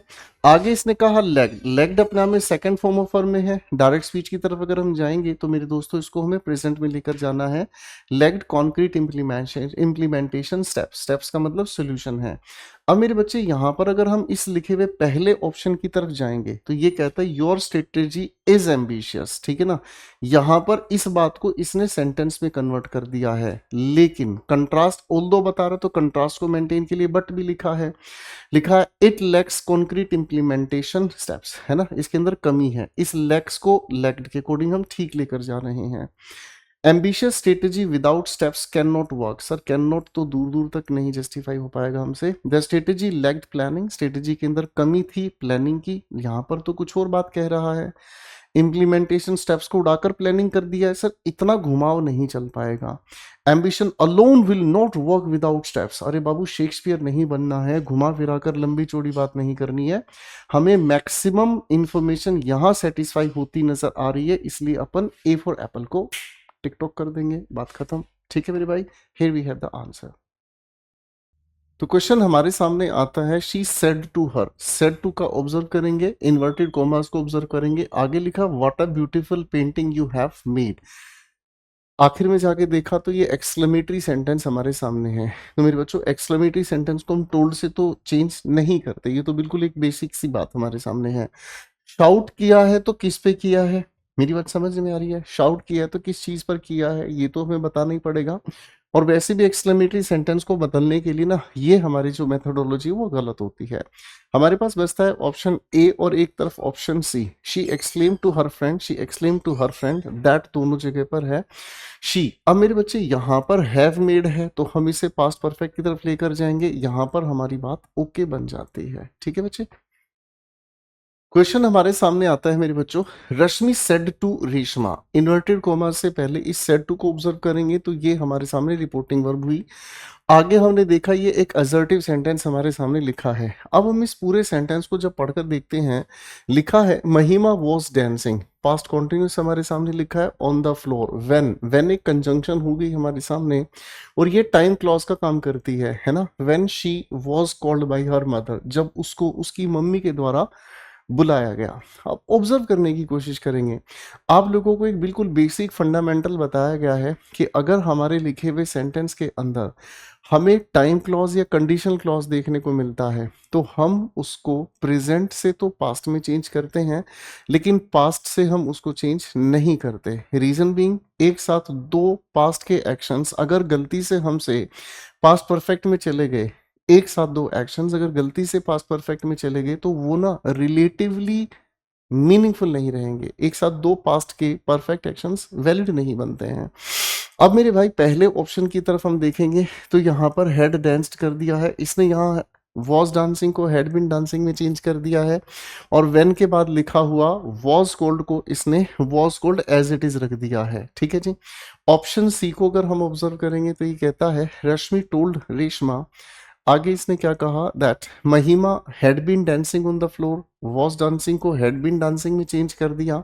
और इधर हम देखते हैं तो वॉज कॉल्ड को इसने चेंज कर दिया हैड बीन कॉल्ड में, ठीक है ना जी। यानी कि इसने यहाँ पर दोनों के दोनों टेंसेस को चेंज कर दिया है, एक को पास्ट परफेक्ट कॉन्टिन्यूस में, एक को पास्ट परफेक्ट में, जो कि पूरी तरीके से इनवैलिड है, ठीक है। अब मजेदार बात यह है कि इसको कर दिया, एक को छोड़ दिया। इसको देखते हैं। Rashmi told Reshma that Mahima was dancing on the floor as it is हमारे सामने है when she was called by her mother. बिल्कुल ठीक, हमारे सामने यही आंसर है, ठीक है ना। अब आप लोगों के एग्जामिनेशन ने इसका आंसर दिया है सी फॉर चाइना, लेकिन वो अपने आप में गलत होगा। जब आप इसे इनडायरेक्ट स्पीच में चेंज करते हैं तो टाइम क्लॉज या कंडीशनल क्लॉज को पास्ट से और ज्यादा पास्ट में ले जाना ठीक नहीं होता, ठीक है बच्चों। तो ये आप लोगों के सामने आंसर है। क्वेश्चन हमारे सामने देखने में थोड़ा सा भारी भरकम लगता है, लेकिन इस क्वेश्चन को बहुत आसानी से ही हम तोड़ेंगे। सवाल है the labourer said to the contractor. Said to reporting verb है, इन्वर्टेड कॉमास यहाँ डिड। अब इस डिड को देखकर हमें समझ में आ गया कि ये अपने आप में क्लोज एंडेड क्वेश्चन है, यानी कि इसको ट्रांसफॉर्म करने के लिए हमें कंजंक्शन के नाम पर या तो इफ या फिर वेदर का यूज करना होगा। अब मेरे बच्चों यहाँ पर हमारे सामने इफ और इधर भी इफ है। आगे हमने पढ़ा did you ask the manager when we are going to receive our remuneration. Remuneration is a kind of salary, है ना, that has been pending for the last 3 months। अब यहाँ हमारे सामने लास्ट को अगर हम देखते हैं तो प्रीवियस में हमें चेंज करना होगा, यहाँ पर चेंज नहीं किया है, बाकी के ऑप्शंस में इसने चेंज कर दिया तो उस पर झगड़ा नहीं है। अब यहाँ पर लिखा है हैज बीन पेंडिंग, तो हैज बीन पेंडिंग को हमें हैड बीन पेंडिंग की तरफ लेकर जाना होगा। यहाँ हमारे सामने है, यहाँ पर इसने वॉज पेंडिंग कह दिया है, यहाँ पर हैड बीन पेंडिंग कह दिया है, ठीक है बच्चे। अब आगे के ऑप्शंस को अगर हम देख लेते हैं तो यहाँ पर डिड के साथ आस्क लिखा है, तो पास्ट परफेक्ट में इसे लेकर जाना था, तो हमारे पास एक ही करेक्ट आंसर बचता है, दैट्स डी फॉर दिल्ली, ठीक है ना। अब यहाँ से एक चीज हमें समझ में आती है कि ये जरूरी नहीं है कि हम सारी इंफॉर्मेशन को ही एक साथ ठीक करें। जरूरी ये भी है कि हम अगर इंफॉर्मेशन को छोटे छोटे ब्रैकेट्स में ही समझकर ठीक करेंगे तो भी हमसे क्वेश्चन बन जाता है। क्वेश्चन बिल्कुल बेसिक आपके सामने है मेरे बच्चों। यहाँ पर सेड टू को अगर हम देखते हैं तो ये पास्ट इंडेफिनिट है ना, यानी कि पास्ट में लिखी रिपोर्टिंग वर्ब है। आगे वाई से क्वेश्चन हमारे सामने शुरू है, इसका मतलब यहाँ पर कंजंक्शन इनडायरेक्ट स्पीच में हमें वाई ही चाहिएगा।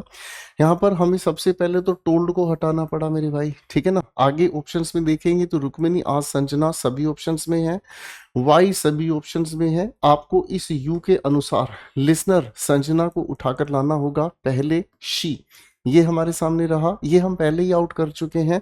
और यहाँ शी के साथ डिड नहीं भाई, हमें हेड वाले ऑप्शन की तरफ जाना होगा। तो करेक्ट आंसर हमारे सामने एक ही बचता है and that is B for Bombay, ठीक है बच्चे। ये क्वेश्चन अपने आप में सच में बहुत अच्छा है, क्योंकि इस क्वेश्चन को देखकर बहुत सारे स्टूडेंट्स गलत आंसर मार्क करते हैं। मैं समझाता हूँ आखिर ऐसा क्यों होता है। Madhubala said to Dilip I had a very sumptuous meal yesterday. भरपूर खाना खाया भाई। पहले यस्टरडे को अगर हम देखेंगे द प्रीवियस डे की तरफ ये जाना चाहिए, फॉलोइंग डे तो फ्यूचर की तरफ लेकर जा रहा है ना। द डे आफ्टर, चलो हम इस द डे आफ्टर को तब ठीक मानते हैं जब आपको कोई स्पेसिफिक डे बताया गया और वो उसके बाद की बात है, तो यानी कि ये लगभग लगभग फ्यूचर की तरफ लेकर जा रहा है। अब इन दोनों ऑप्शंस को अगर हम देखते हैं तो अकेला ये जो हेड है मेरे दोस्तों, ये सेकंड फॉर्म ऑफ वर्ब है। तो second form of verb past indefinite को आपको ट्रांसफॉर्म करना होगा पास्ट परफेक्ट में। तो बाबू पास्ट परफेक्ट की बात यहाँ नहीं है, हमारे सामने यहाँ है, इसीलिए हमारे सामने correct answer C for China बनता है, ठीक है बच्चों। क्वेश्चन हमारे सामने आया है मेरे बच्चों, लिखा है द फार्मर आस्क्ड, आस्क्ड लिखा है और यहाँ पर वाई कंजंक्शन बना है, इसका मतलब ये लिखा सेंटेंस इनडायरेक्ट स्पीच में है। हमें इसको डायरेक्ट स्पीच की तरफ लेकर जाना होगा। तो डायरेक्ट स्पीच की तरफ ले जाने के लिए हमें क्या करना होगा, हमें सबसे पहले तो आस्क्ड की जगह said to, said to, said to या सेड टू जो भी लिखा है चलाएंगे, कोई दिक्कत नहीं है। इन्वर्टेड कॉमास के अंदर शुरुआत में हमें वाई लिखा हुआ चाहिए, क्योंकि ये सवाल पूछने का काम कर रहा है, तो वाई के तुरंत बाद हमें हेल्पिंग वर्ब चाहिए। तो यहाँ पर वॉज लिखा है, तो वॉज को डायरेक्ट स्पीच में ले जाने के लिए इज एम आर हमें चाहिए, तो डिड वाली चॉइस हमारी बाहर होगी। तो वाई आर यू, यू किसकी वजह से, वाई की वजह से शी चेंज हुआ है। इसका मतलब यहाँ पर यू लिखना हुआ अपनी जगह बिल्कुल सही। वाई आर यू अपसेट, आगे लिखा है व्हेन आई। जब आप इस जस्ट को ध्यान से देखोगे ना तो ये किसी भी रिसेंट एक्शन की बात करता है, और जो भी हमारे सामने रिसेंट एक्शन है वो प्रेजेंट के परफेक्ट में बताया जाता है। यहाँ पर प्रेजेंट परफेक्ट नहीं है, यहाँ पर प्रेजेंट परफेक्ट नहीं है, प्रेजेंट परफेक्ट सिर्फ और सिर्फ सी फॉर चाइना ऑप्शन में ही है। ठीक है, तो आप लोगों ने जो टेंसेस में कीवर्ड्स का रोल समझा है उसके बेसिस पर भी ये क्वेश्चन बहुत अच्छे से बन जाते हैं मेरे दोस्तों। क्वेश्चन हमारे सामने लिखा है मेरे बच्चों, the climatologist said that. That की वजह से ये लिखा हुआ सेंटेंस इनडायरेक्ट स्पीच में है। आगे हम लोगों ने इस इफ को ध्यान से जब देखा तो ये हमारे सामने इफ क्लॉज बना रहा है, और वो भी सेकंड फॉर्म ऑफ वर्ब में से। Sea levels would threaten major coastal cities, यहां पर लिखा है वुड के साथ थ्रेटन। पहली बात तो ये कि अगर हमारे सामने कोई कंडीशनल स्टेटमेंट जिसमें इफ के साथ पास्ट इंडेफिनिट और रिजल्ट में वुड के साथ बेस फॉर्म ऑफ वर्ब लिखा हुआ मिलता है, तो ये लिखा हुआ भले ही पास्ट टेंस में है लेकिन इसका मीनिंग हमेशा प्रेजेंट में निकलता है। ये बात आपको समझनी होगी। अब मेरे दोस्तों, अगर हम इसको नॉर्मल तरीके से पढ़ते हैं कि अगर ग्लोबल टेम्परेचर इसी तरह बढ़ते रहे, सी लेवल खतरा पैदा कर देगा मेजर कोस्टल सिटीज के लिए, तो कुछ बच्चों ने ये भी सोचा होगा कि सर यहाँ लिखी हुई बात प्रेजेंट से पास्ट में लेकर जानी चाहिए। सर आप प्रेजेंट से पास्ट में तब लेकर जाते हैं जब यहाँ पर ये बात सिर्फ और सिर्फ प्रेजेंट तक ही वैलिड होती। मेरी बात समझ रहे हैं? तो एक बार देख लेते हैं। इस ऑप्शन ने कहा है the temperatures keep rising, the sea levels threaten. पहली बात तो यहाँ पर अगर विल लिखा होता तो हम 1% विल को वुड में ले जाने के बारे में सोचते, फिलहाल हम नहीं सोच पाएंगे। The climatologist said if global temperatures kept, यहाँ पर kept second form of verb as it is लिखी है, सी लेवल्स विल थ्रेटन, यहाँ पर गड़बड़ कर दी ना बेटा, है ना? सर यहाँ सेकंड फॉर्म तो वहां वुड होना चाहिए था। सर सेकंड ऑप्शन देखते हैं, if global temperatures head kept, ये कहाँ से आ गया भाई? डायरेक्ट स्पीच में इसको लाना तो पूरी तरह गलत है। जब सब हट गए तो सी फॉर चाइना हमारे सामने करेक्ट आंसर है। The climatologist said if global temperatures kept rising, sea levels would threaten major coastal cities. अब इस सवाल में जो असली चैलेंज था वो ये था, कुछ बच्चे इसको यूनिवर्सल ट्रूथ कैटेगरी में मानकर चल रहे थे। बाबू अगर इसको आप यूनिवर्सल ट्रूथ कैटेगरी में मान के चलोगे तो एक बार ये भी तो मुझे सोच के बताओ, यूनिवर्सल ट्रूथ की कंडीशन और यूनिवर्सल ट्रूथ की रिजल्ट दोनों प्रेजेंट इंडेफिनिट में ही बताए जाते हैं, जिसे जीरो कंडीशन कहा जाता है। तब हम इसको प्रेजेंट इंडेफिनिट में ही रखते, ठीक है ना? तो वहां कंडीशंस में ही फेल हुआ, इसीलिए डिस्कशन से बाहर हुआ। क्वेश्चन हमारे सामने आता है मेरे बच्चों, द एनालिस्ट विश्लेषण करने वाले ने ये कहा, ठीक है ना? दैट, दैट को देखते ही समझ आ गया कंजंक्शन है। सेंटेंस हमारे सामने इनडायरेक्ट स्पीच में है तो हम इसे डायरेक्ट स्पीच की तरफ लेकर जाएंगे। The analyst stated that inflation could have been controlled if monetary policies had been revised earlier. अगर मॉनेटरी पॉलिसीज पहले रिवाइज कर ली गई होती तो जो इन्फ्लेशन है, जो महंगाई है, उसको कंट्रोल कर लिया गया होता। कंडीशन हमारे सामने लिखी हुई है पास्ट में, रिजल्ट भी उसका पास्ट में ही है, तो यानी कि इनके दोनों के जो टेंसेस हैं वो चेंज नहीं करने हैं। तो यहाँ पर कुड बी कंट्रोल्ड गलत है ना? इन्फ्लेशन हैड बीन कंट्रोल्ड, ठीक है ना? वहां कुड हैव बीन था, यहाँ हैड बीन कंट्रोल्ड हो गया। कैन तो बिल्कुल भी नहीं आ पाएगा, है ना? क्योंकि कैन के साथ हम परफेक्ट फॉर्म कभी भी नहीं लिखते। तो हमारे सामने एक ही आंसर बचता है जिसमें इनके टेंसेस जो हैं वो अनचेंज्ड है, इनको चेंज नहीं किया जाना चाहिए। ठीक है बच्चों, क्वेश्चन हमारे सामने आता है, द एस्ट्रोनोमर नोटेड, है ना? नोटेड यहाँ reporting verb second form of verb में है, ये कंजंक्शन है, इनडायरेक्ट स्पीच है। डायरेक्ट स्पीच की तरफ लेकर जाएंगे हम इसको। The astronomer noted that Jupiter's rotation is, अब देखो मेरे बच्चों यहाँ रिपोर्टिंग वर्ब पास्ट में है तो यहाँ पर इसने प्रेजेंट में रखा है, यानी कि ये अपने आप में एक साइंटिफिक स्टेटमेंट है। और जो साइंटिफिक स्टेटमेंट होती है वो यूनिवर्सल ट्रूथ ही मानी जाती है, यानी कि उनका अपने आप में टेंस चेंज इनडायरेक्ट स्पीच में नहीं होता, क्योंकि ये टाइमलेस स्टेटमेंट कही जाती हैं। तो जहां आपको ऑप्शन में इस देखने को मिले उसी ऑप्शन की तरफ दौड़ लगा दो, बात खत्म। ठीक है जी, बाकी कुछ सोचने की जरूरत ही नहीं पड़ती है मेरे भाई। क्वेश्चन हमारे सामने कहता है मेरे बच्चे, द मैनेजर टोल्ड, टोल्ड के बाद ये लिसनर है, ये कंजंक्शन है, यानी कि ये लिखा हुआ स्टेटमेंट इनडायरेक्ट स्पीच में है, हम इसे डायरेक्ट स्पीच के अकॉर्डिंग ट्रांसफॉर्म करेंगे, है ना? तब देखते हैं मेरे बच्चे, यहाँ लिखा देयर हार्ड वर्क, तो देयर किसके लिए यूज हुआ है? देयर यूज हुआ है टीम के लिए, है ना। अब टीम के लिए देयर यूज हुआ है तो इसका मतलब योर हमें चाहिए, तो देयर हार्ड वर्क तो यहाँ नहीं चाहिएगा, बिल्कुल नहीं चाहिएगा, क्योंकि हम योर को चेंज करेंगे अकॉर्डिंग टू द टीम। ठीक है जी, योर हमारे सामने ओके हो गया। Your hard work and dedication had या हैव। अब मेरे बच्चों कॉमन सेंस की बात हमें ये लगानी है कि यहाँ पर पहले से ही हैड बीन है ना। तो आप कहेंगे सर हैड बीन को हैड बीन डायरेक्ट स्पीच में नहीं रख सकते, क्योंकि जो हैड बीन है वो बेसिकली पास्ट परफेक्ट का पैसिव है, और पास्ट परफेक्ट सिंगल सेंटेंस में सस्टेन नहीं कर पाता, उसके लिए आपको एक कीवर्ड की जरूरत पड़ती है। तो आप प्रेजेंट परफेक्ट से इसे लेकर जाना चाहेंगे किसकी तरफ? पास्ट परफेक्ट की तरफ, ठीक है ना। तो करेक्ट आंसर यहाँ बी बॉम्बे सेटिस्फाई होता है। क्वेश्चन हमें कहता है ही आस्क्ड मी, उसने मुझसे। देखो बेटा, इस आस्क को लेकर ना कभी भी कंफ्यूज ना होना, इसके दो मीनिंग होते हैं।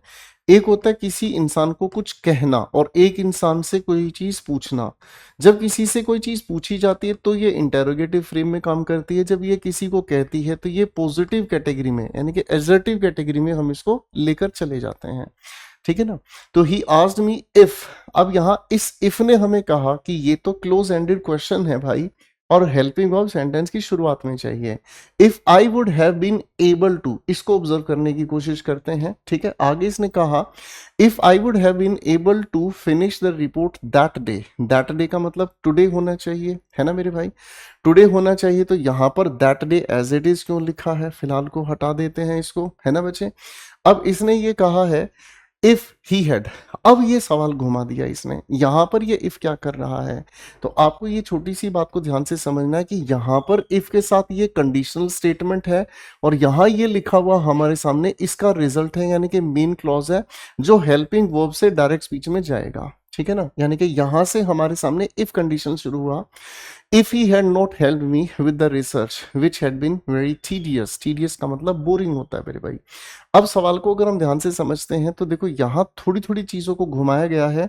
हमें ये चीज पता है कि अगर हमारे सामने कंडीशन इफ के साथ पास्ट परफेक्ट में लिखी है तो उसका रिजल्ट बताने के लिए हम वुड हैव थर्ड फॉर्म लिखते हैं, और इसको इनडायरेक्ट स्पीच में ले जाते वक्त हम चेंज नहीं करते। तो मेरे दोस्तों इस हिसाब से अगर हम देखते हैं तो यहाँ पर would have been able as it is हमारे सामने है। मेरी बात समझ रहे हैं, कुड का तो दूर दूर तक लेना देना नहीं है।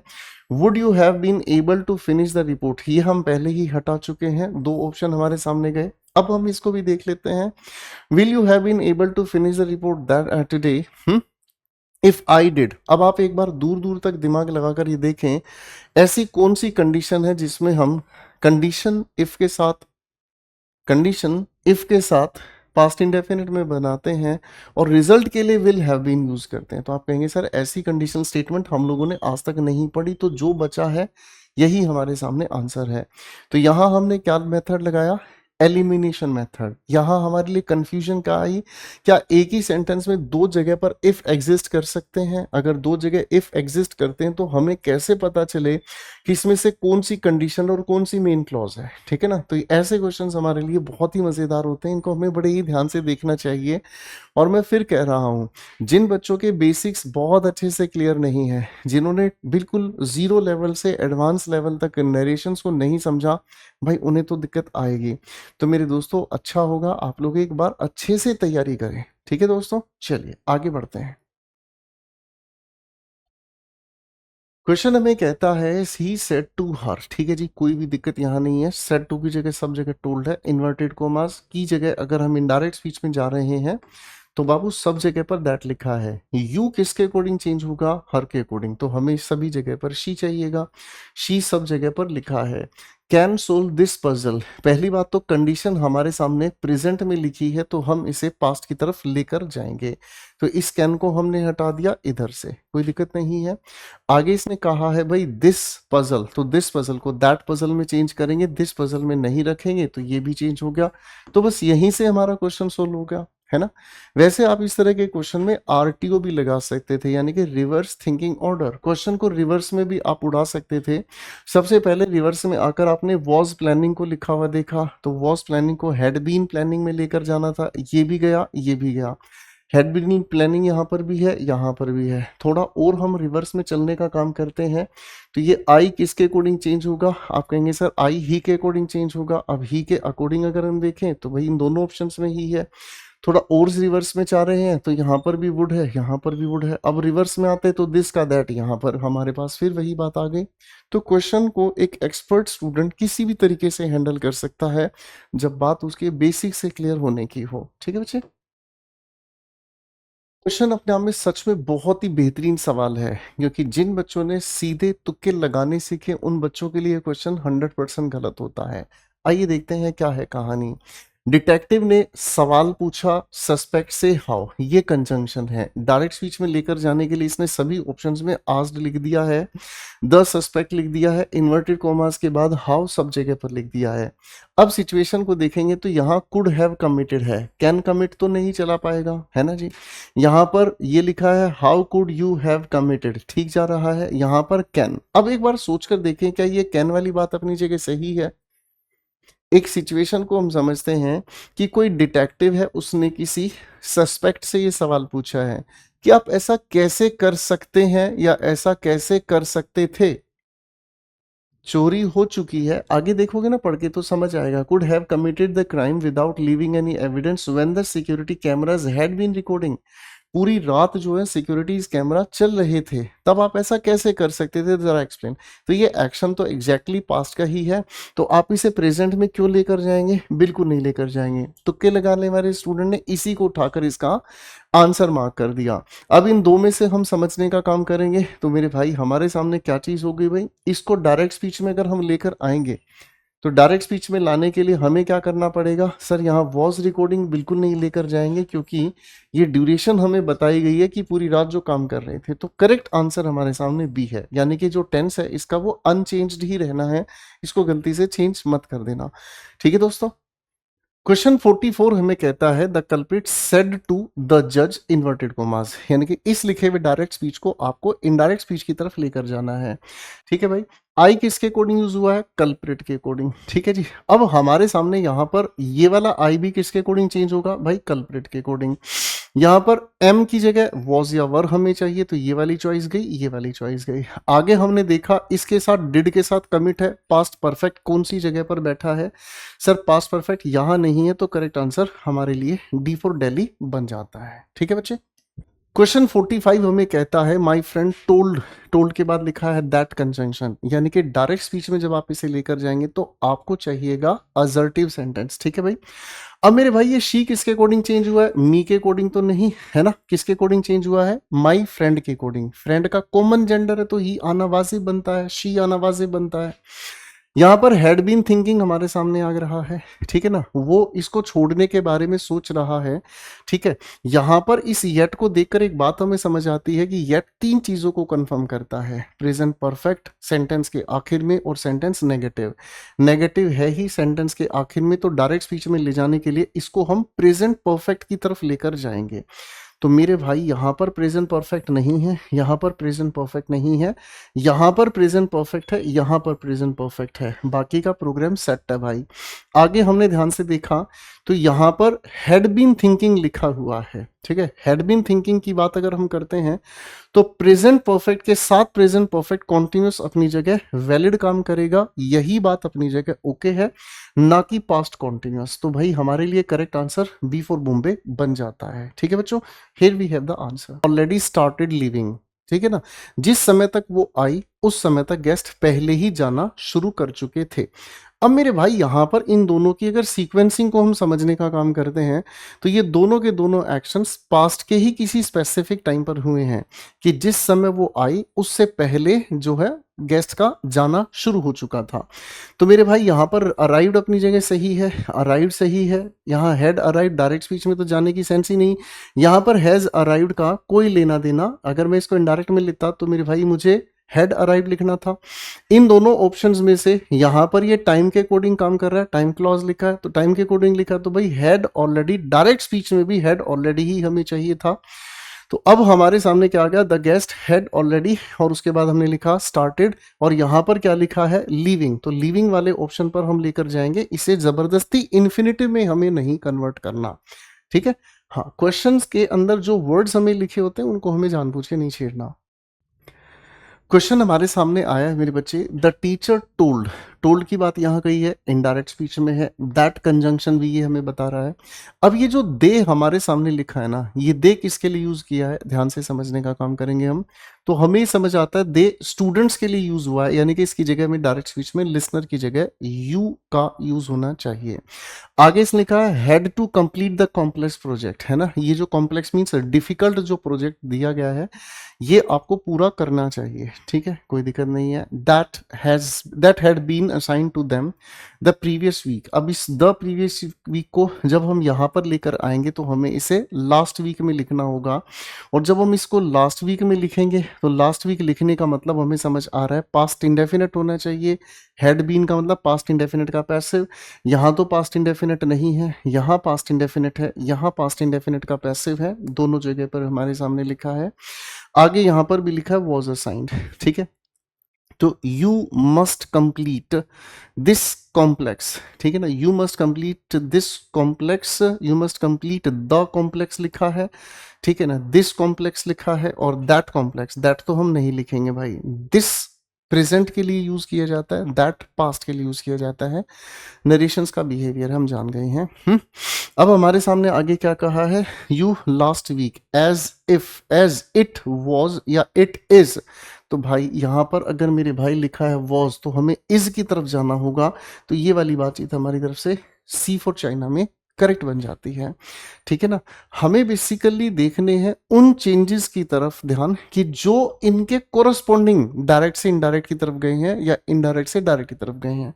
बाकी के सेंटेंस पर हमें ज़्यादा खेलकूद नहीं करना। मेरी बात समझ में आ रही है, ठीक है बच्चे। अब यहाँ विल डायरेक्ट में लिखा है तो उसे वुड में हम चेंज करेंगे, तो इसका आंसर बिल्कुल सही जा रहा है, सी फॉर चाइना। क्वेश्चन हमें कहता है the manager told, indirect speech में लिखा हुआ है दैट, ये हमें बताता है कि इसे हम एजर्टिव की तरफ लेकर जाना चाहेंगे। तो सबसे पहली बात तो हमें ये समझ में आता है द मैनेजर सब जगह पे लिखा है, सेड टू द एम्प्लॉयज लिखा हुआ है, कोई इशू नहीं है। अब इनडायरेक्ट स्पीच से पकड़ते हैं हम देयर। देयर किसके लिए यूज हुआ है, एम्प्लॉयज के लिए, यानी कि इसके लिए योर हमें चाहिए, your hard work had been noticed and that they. अब देखो पॉइंट को हम समझने की कोशिश करेंगे, तो हमारे लिए यहाँ पर हैड बीन उधर लिखा है ना, हैड बीन उधर लिखा है, तो ये हैज बीन नोटिस्ड भी हो सकता है, वॉज नोटिस्ड भी हो सकता है, ठीक है ना। लेकिन वॉज नोटिस के साथ ये विल अपनी जगह कोऑपरेट नहीं कर पाएगा, ठीक है ना। तो यहाँ पर हमारे सामने हैड बीन लिखा हुआ है, उसके बाद लिखा है would be given a bonus eight the end of the quarter. तो सर अगर ये वाली बात हमारे सामने eight the end of the quarter, तो फ्यूचर इंडेफिनिट में जानी चाहिए, यानी कि ये वाली बातचीत भी गलत हो गई, है ना। तो यही वाली बातचीत यहाँ पर भी गलत ही हो गई, तो इनके बारे में सोचना गलत हो जाएगा। Your hard work has been notice and you will be given a bonus, आपको एक बोनस मिलेगा at the end of the quarter which will be acknowledge, जिसको अक्नॉलेज किया जाएगा, ये लिखा हुआ मेरे बच्चों, ठीक है ना, ऑफ योर डेडिकेशन। तो डे डेडिकेशन को योर डेडिकेशन में कन्वर्ट किया, ये अपनी जगह बिल्कुल सही हो गया, ठीक है ना। तो बहुत नजदीक थे ये क्वेश्चंस उड़ाना, तो एक बार इसको आप दोबारा से देख लीजिएगा। आइए बच्चों क्वेश्चन को हम ध्यान से समझते हैं। The environmentalist said that, indirect speech की यहाँ से हमारे सामने हिंट हो गई, आपको इसे डायरेक्ट स्पीच में लेकर जाना है। Although the government had been discussing the issue for years, कई वर्षों से इस मुद्दे को वो डिस्कस कर रहे थे, comma they had not yet implemented any effect. इस येट को हम पकड़ते हैं तो ये येट हमें प्रेजेंट परफेक्ट की जानकारी देता है ना, येट प्रेजेंट परफेक्ट की जानकारी देता है, और वो भी नेगेटिव सेंटेंस में ये लिखा होना हमें चाहिए। अब मेरे नन्हे बच्चों यहाँ पर लिखा वर्ड डिस्कसिंग पूरी तरह से गलत हो गया, क्योंकि सिंस या फोर के साथ हम कॉन्टिन्यूस पास्ट का क्यों लेकर जाएंगे, है ना। तो इसके अकॉर्डिंग तो ये बिल्कुल ठीक जा रहा है, इस येट के अकॉर्डिंग यहाँ प्रेजेंट परफेक्ट का नेगेटिव जा रहा है, आंसर तो हमें मिल ही गया है। यहाँ पर लिखा है एंड आई बिलीव की जगह आपने इसको डायरेक्ट स्पीच में लिखा ही बिलीव्ड, V1 को सेकंड फॉर्म में हम लेकर जाएंगे, दैट टाइम इज को वॉज चेंज करेंगे, बी सारी बातों को सेटिस्फाई कर रहा है। फिर भी एक बार इन ऑप्शंस को देखेंगे, यहाँ पर आई बिलीव लिखा है, that time was running out, यहाँ पर इज रनिंग आउट होना चाहिए था। आखिरी ऑप्शन में भी वॉज रनिंग आउट लिखा है, इज रनिंग आउट होना चाहिए था। तो हमारे लिए यहाँ पर सटीक आंसर सेकंड बनता है, बी फॉर बॉम्बे।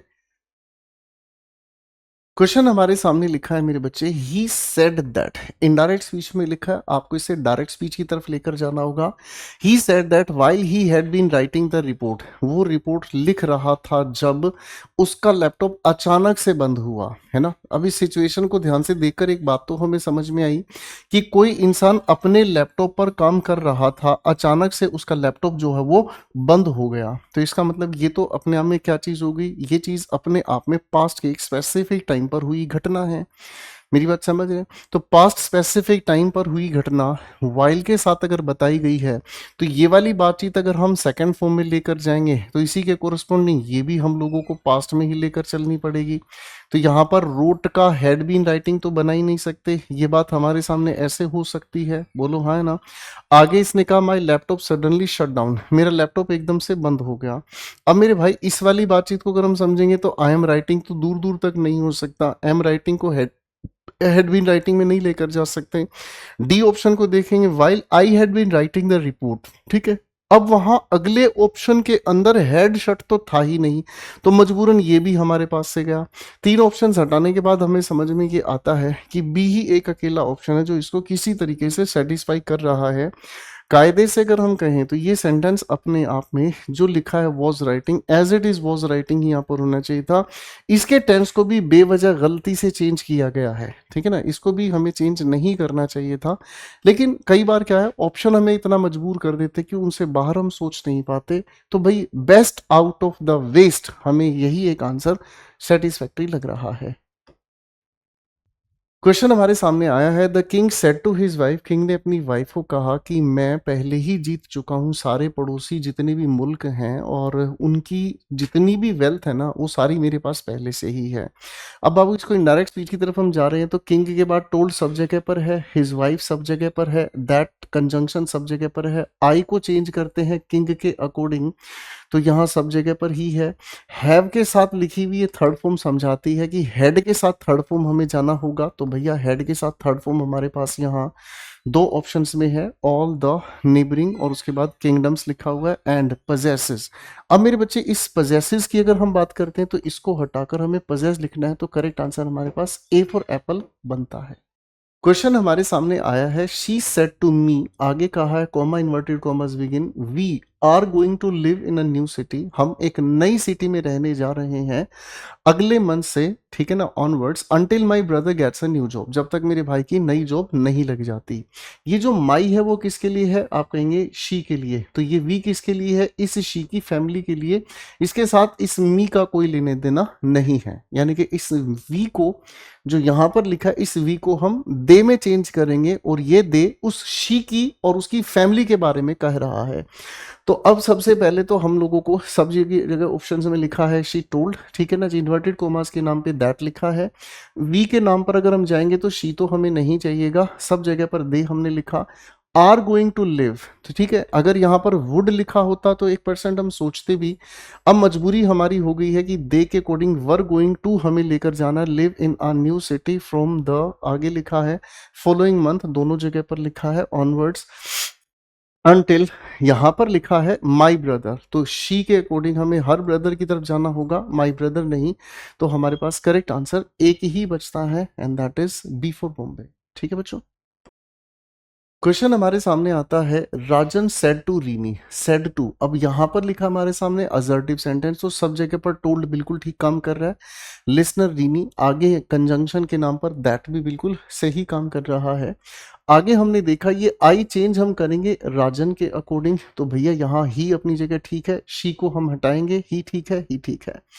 हैव की वजह से हम इसको इनडायरेक्ट स्पीच में ले जाने के लिए हेड की तरफ जाएंगे, तो हेड यहाँ तीनों जगह पर लिखा है वेरी ऑफन इन्फॉर्म्ड, यहाँ पर बीन इन्फॉर्मिंग लिखकर इसने भैया गलती कर दी, तो दो ऑप्शन पहले से ही हमारे सामने से हट गए हैं। हेड आगे लिखा है वेरी ऑफन इन्फॉर्म दोनों ऑप्शंस में, दैट दे हैड आगे लिखा है बीन अटेंडिंग, यहाँ पर लिखा है वी हैव टू अटेंड, तो वी हैव टू अटेंड को हैड टू अटेंड की तरफ हम लेकर जाएंगे, ना कि हैड बीन अटेंडिंग, ठीक है ना। टेंस को लेकर यहाँ एक छोटी सी गुस्ताखी की जिसको हम लोगों ने तुरंत पहचान लिया। ठीक है बच्चों, here we have the answer. Question हमें कहता है Sohan said comma inverted commas begin you will get up early tomorrow, कल आप जल्दी उठेंगे to go for a morning walk जाने के लिए, क्योंकि you must qualify the physical, ठीक है ना, क्वालिफाई करना है आपको फिजिकल टेस्ट। अब इस पॉइंट के अकॉर्डिंग हम लेकर जा रहे हैं, तो सोहन सब जगह पर है, सेड सब जगह पर है, दैट सब जगह पर है, यहाँ पर यू लिसनर कहाँ है, आप कहेंगे सर लिसनर को तो ढूंढना पड़ेगा, सोहन ने जिसको कहा है उसके लिए हमें कोई ना कोई लिसनर यहाँ पर चाहिएगा, तो यू को एज इट इज तो हम नहीं छोड़ पाएंगे, यू की जगह इसने अपनी आप से ही कोई लिसनर यहाँ लिखा नहीं, लेकिन हर जगह पर ही एज्यूम कर लिया, ठीक है सर आपने कर लिया एज्यूम तो बहुत अच्छी बात है। विल को हम चेंज करेंगे किस कैटेगरी में, वुड में चेंज करेंगे, ठीक है जी, तो वुड यहाँ पर हमारी जगह वैलिड है। आगे के ऑप्शंस के अंदर भी देख लेते हैं कि ये भाई बाकी की चीज़ों को चेंज ठीक से कर रहा है कि नहीं कर रहा है। Must qualify the physical exam, तो सर मस्ट को एज इट इज हम नहीं रखेंगे, है ना जी, हेड टू की तरफ हम लेकर जाएंगे, यहाँ पर हेड टू लिखा है। आगे हमने देखा है भाई क्या लिखा है, for a morning walk as, तो हमारे सामने यहाँ ज़्यादा इंपॉर्टेंट चीज़ क्या है, फ्यूचर के एक्शन को सजेस्ट किया गया है, तो फ्यूचर के एक्शन की तरफ हमें लेकर जाना पड़ेगा, hence we have this important answer to this question. Question हमारे सामने आता है Sairam said comma inverted commas begin she has to come, देखो ऑब्जर्व कीजिएगा, सेड सभी ऑप्शंस में लिखा हुआ है, इन्वर्टेड कोमास के नाम पे दैट सब जगह पर लिखा हुआ है, यहाँ पर लिखा है शी तो थर्ड पर्सन है, चेंज ही नहीं करेंगे हम, she has to come to Delhi, ठीक है ना, यानी कि वो इंसान अभी कहीं और है, मान लीजिए वो उत्तर प्रदेश में है, उसे दिल्ली आना होगा, तो दिल्ली आने के लिए मैंने कम कहा। अब अगर यही वाली बात कोई इंसान जाकर किसी और के सामने कहे, अगर यही वाली बात कोई इंसान किसी और के सामने कहे, और किसी और के सामने जब ये बात कहेगा तो उसकी डायरेक्शन चेंज हो जाएगी, यानी कि कम को गो में हमें चेंज करना पड़ेगा, कम को गो में चेंज करना होगा, तो सर यहाँ तो कम एज इट इज ही है, फिलहाल ये वाला ऑप्शन हमारी तरफ से गया। सर इस हैज टू को हम हैड टू में चेंज करेंगे, ये वाला ऑप्शन भी हमारी तरफ से गया। आगे हम समझने की कोशिश करते हैं, तो भैया यहाँ इस हैज टू को हेड टू में भी चेंज कर दिया है, कम को गो में भी चेंज कर दिया, टू दिल्ली भी लिख दिया है, him with in the next, sir ये नेक्स्ट जो लिखा है इसको फॉलोइंग में चेंज करना था, तो यहाँ चेंज हो गया, तो सारी बातें सेटिस्फाइड डी ऑप्शन ने हमारी कर दी है, तो यही अपने आप में एक बेहतरीन आंसर है। आप लोगों को ध्यान रखना होगा, कम को गो में हम चेंज कर सकते हैं जब डायरेक्शनल चेंज हमारे सामने हो। साईराम ने कहा कि she has to come to Delhi to me, मेरे पास आपको दिल्ली आना होगा। अब यही इंफॉर्मेशन अगर कोई और किसी और के सामने जाकर कहे तो यही कहा जाएगा कि साईराम ने उसे कहा कि तुम्हें दिल्ली जाना होगा उसके पास, ठीक है ना जी, तो बाकी की चीजें अंडरस्टूड है, बहुत अच्छा कॉन्सेप्ट है मेरे प्यारे दोस्तों। क्वेश्चन हमें कहता है मेरे प्यारे दोस्तों, the mentor asked whether, mentor ने ये सवाल पूछा है, तो कुल मिलाकर ये कंजंक्शन अगर है तो इसका मतलब इफ या वेदर जब कंजंक्शन बनते तो हमें क्लोज एंडेड स्ट्रक्चर की तरफ जाना होता है।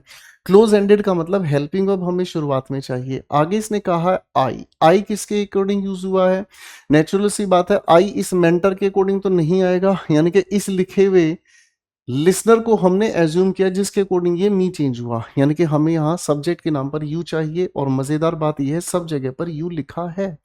Had been preparing regularly and if I would be ready by Monday, सवाल में मजेदार ट्विस्ट क्या आ गया, क्या मैं मंडे तक रेडी हो जाऊंगा, यहां पर सवाल पूछा है, यानी कि बात हमें वुड से फ्यूचर की तरफ लेकर जानी होगी, तो हम विल की तरफ लेकर जाएंगे, वुड की तरफ नहीं जाएंगे, ठीक है ना जी, तो यहाँ पर एक मजेदार कंट्रडिक्शन सामने आ गया, यहाँ पर तो ये चीज तो ठीक है लेकिन इस विल के अकॉर्डिंग ये वर गलत हो गया भाई, है ना।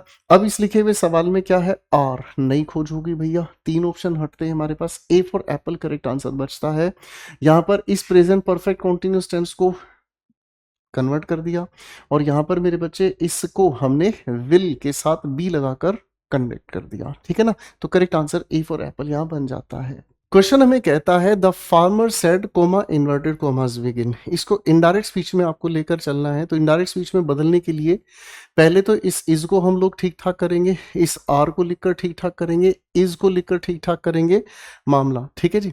अब मेरे भाई आंसर देखते हैं, द फार्मर सेड सभी ऑप्शंस में है, दैट सभी ऑप्शंस में है, आगे हमारे सामने देयर सभी ऑप्शंस में लिखा है, इज को वॉज में लेकर जाने की कोशिश हम यहां नहीं कर पाए, है ना भाई, तो there was a well nearby सब जगह लिखा है, आगे लिखा है देयर, योर को तो हमें लिसनर के अकॉर्डिंग चेंज करना है। लिसनर यहाँ नहीं भी है तो भी कुछ भी चेंज होना चाहिए, तो चेंज यहाँ पर हमारे सामने है, ठीक है ना। विच, उसके बाद क्या लिखा है मेरे बच्चों, यहाँ लिखा है इज फिल्ड, तो इज को हम लोग सिंपली वॉज या वर की तरफ लेकर जाएंगे, ना कि हैड बीन, ठीक है जी। तो टू द पॉइंट आंसर हमारा यहाँ पर बन जाता है।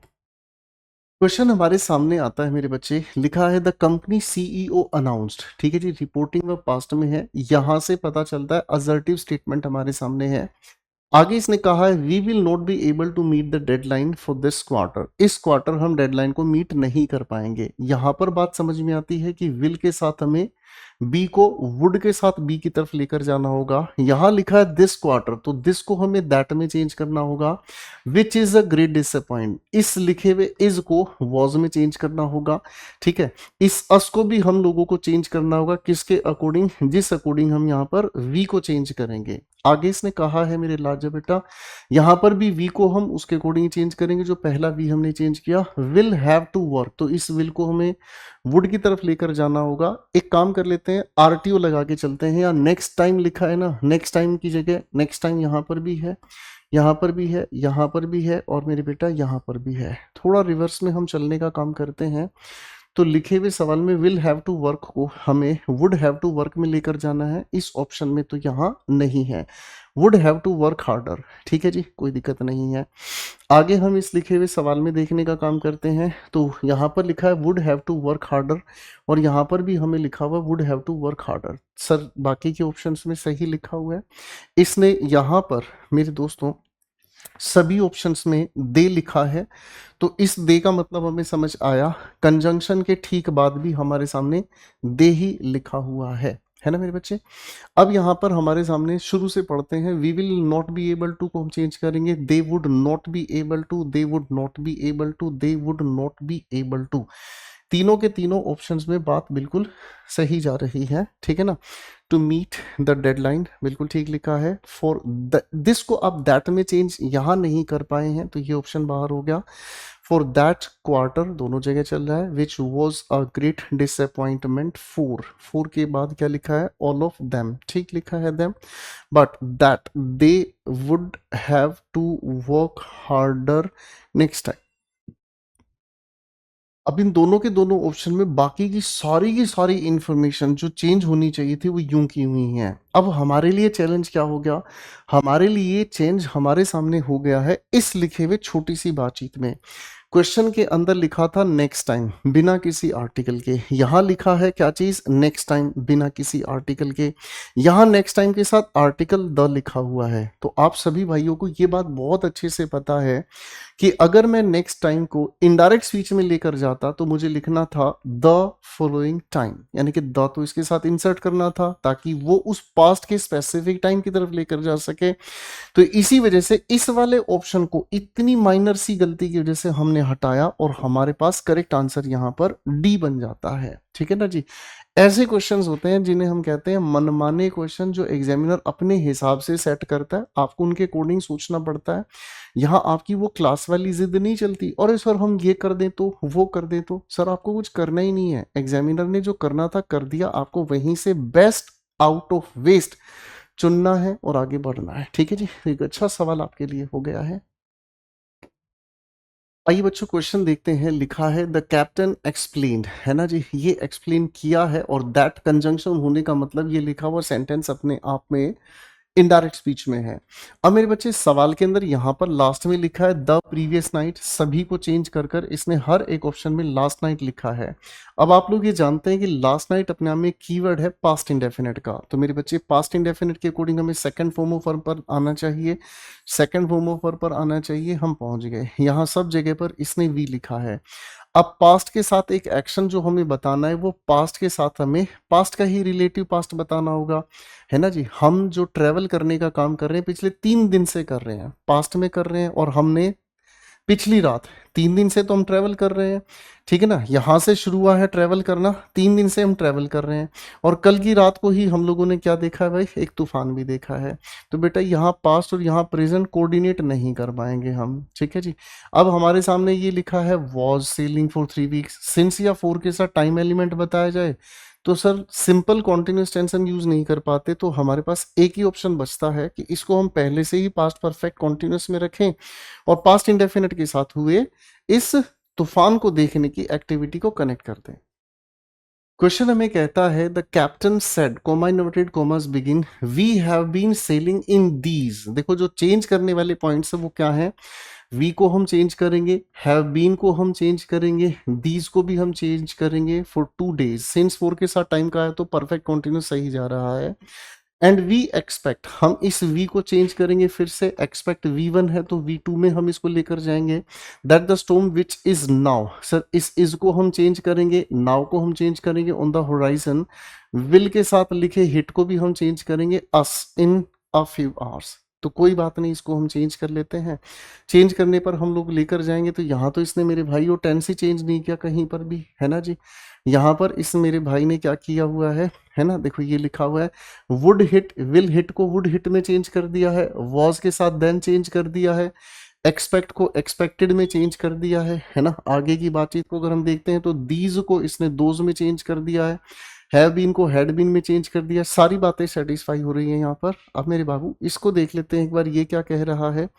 ठीक है, यहाँ पर हमारे सामने ये कह रहा है इन अ फ्यू आवर्स देम, ठीक है ना, सही जा रहा है। इन दोनों को ही पैरेलल मैच कर लेते हैं। The captain said that they had been sailing in these की गलती हो गई है ना। Had been sailing in those अपनी जगह ठीक है, for 2 days and they expected that the storm which is now. गड़बड़ होगी ना भाई, गड़बड़ होगी तो बी अपनी जगह सही आंसर यहाँ बना रहा है। ठीक है मेरे भाई। क्वेश्चन हमें कहता है द साइंटिस्ट्स अनाउंस्ड, आगे लिखा है कंजंक्शन दैट, यानी कि इनडायरेक्ट स्पीच में लेकर गए हैं हम, इसे डायरेक्ट स्पीच की तरफ लेकर आना होगा। तो चेंज हमें कहाँ कहाँ चाहिएगा, एक तो हमें चाहिएगा वुड के साथ रिएक्ट, ठीक है ना। इफ कंडीशन है इट केम को भी हम लोगों को चेंज होते हुए देखना है। Into contact with water and that दे अपने आप में प्रोनाउन के अकॉर्डिंग हम चेंज करेंगे। हैड बीन भी हमें चेंज होते हुए देखना है, observing its properties for months. कोई दिक्कत नहीं है। अब सवाल को बनाते हैं। द साइंटिस्ट अनाउंस सब जगह पर लिखा है, कॉमा इन्वर्टेड कॉमास लिखा है। द न्यू कंपाउंड सब जगह पर लिखा है। मेरे बच्चे वुड रिएक्ट तब आए जब पहले विल रिएक्ट हमें कहीं पर लिखा हुआ मिल जाए। तो अगर हम इसको देख रहे हैं, तो ये वाली बातचीत थोड़ी सी चैलेंजिंग हो सकती है हमारे लिए, ठीक है ना। हमारे सामने यहाँ पर विल रिएक्ट तीनों ऑप्शंस में है, वायलेंटली तीनों ऑप्शंस में है, इफ के साथ इट लिखा हुआ है तीनों के तीनों ऑप्शंस में। ओके बच्चे, अब यहाँ पर अगर हम समझने की कोशिश करते हैं तो यहाँ विल अगर है तो ये केम वाली ऑप्शन अपनी जगह से बाहर हो गई है। ठीक है बच्चे, यहाँ पर इस लिखे हुए ऑप्शन में तो हम अलग से कंसीडर करेंगे। The scientist announce that the new compound will react violently if it comes into contact with the water. आगे लिखा है वी हैड बीन ऑब्जर्विंग, तो सर यहाँ हैड बीन ऑब्जर्विंग अपनी जगह गलत लिख दिया है। या तो सारी चीजें प्रेजेंट में लिखी हुई हो जिसको हम पास्ट में लेकर जाएं, है ना, या सारी चीजें पास्ट में हो, ठीक है ना जी। अब हमारे सामने ये चीज लिखी हुई है, वी की दे हम लोग चेंज करेंगे। ठीक है, अब देखते हैं मेरे बच्चे, हमारे सामने दो ही ऑप्शन है जो परेशान हमें कर रहे हैं, फर्स्ट और थर्ड। ठीक है, एक एक करके पढ़ते हैं। द साइंटिस्ट अनाउंस दैट, ठीक है ना, दैट की जगह इन्वर्टेड कॉमर्स लिखा है। The new compound will react violently, तेजी से रिएक्ट करेगा अगर यह आता है कांटेक्ट में पानी के। ठीक है ना, तो भाई यहाँ पर ये बात प्रेजेंट और फ्यूचर को रिफ्लेक्ट करने के लिए ज्यादा सही है, क्योंकि ये एक एक्सपेरिमेंट है जिसको अगर किया जाएगा तो सेम रिजल्ट हमें देखने को मिलेगा। आगे यही चीज कहना चाह रहा है, कई महीने से हम इस पॉइंट को, इसका इंतजार हम कर रहे हैं, और यहाँ पर सिंस या फोर की वजह से प्रेजेंट परफेक्ट कॉन्टिन्यूस आना चाहिए, पास्ट कॉन्टिन्यूस तो दूर दूर तक कनेक्ट नहीं हो पाया, तो ए इसके लिए करेक्ट आंसर बन जाता है मेरे दोस्तों। ठीक है, हमें सिंस फोर की प्रॉपर्टी ने मदद की है, फोर के साथ मंथ्स लिखा है तो हैव बीन ऑब्जर्विंग ठीक है, वर ऑब्जर्विंग गलत है। क्वेश्चन हमें इनडायरेक्ट स्पीच की तरफ लेकर जाना मेरे दोस्तों। यहाँ पर सबसे पहला चेंज वी की तरफ है, हैव के साथ बीन वॉकिंग को हमें चेंज करना है for hours, but the ruins we have, we को चेंज करेंगे, हैव के साथ बीन लुकिंग को भी हम चेंज करेंगे, फॉर आर को भी हम चेंज करेंगे, जस्ट अराउंड दिस कॉर्नर।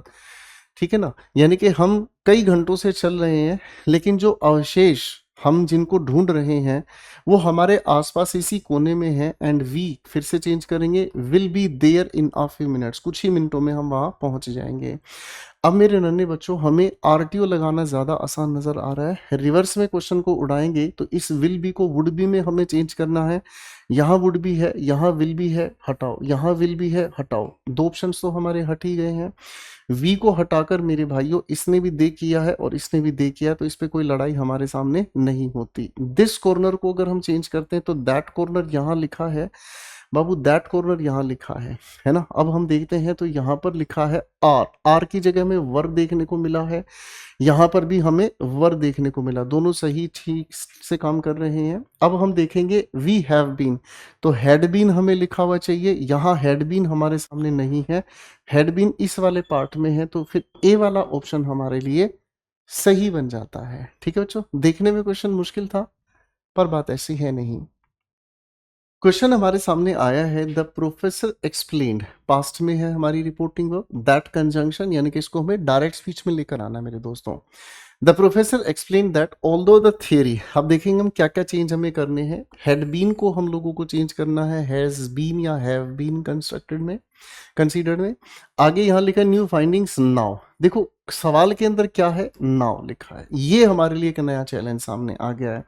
ठीक है ना जी, लिखा है new findings now proved that, इन्होंने ये सिद्ध किया है, ठीक है ना। इट वाज फ्लॉड, फ्लॉड का मतलब इसमें कोई कमी रह गई थी, इसमें कोई गलती रह गई थी। चलो देखते हैं मेरे दोस्तों इसमें क्या आखिर ठीक हो सकता है। आप जब इसे डायरेक्ट स्पीच में लेकर आएंगे तो नाउ को तो नाउ ही रखना पड़ेगा, देन तो आप कर नहीं पाएंगे, है कि नहीं। ठीक है ना।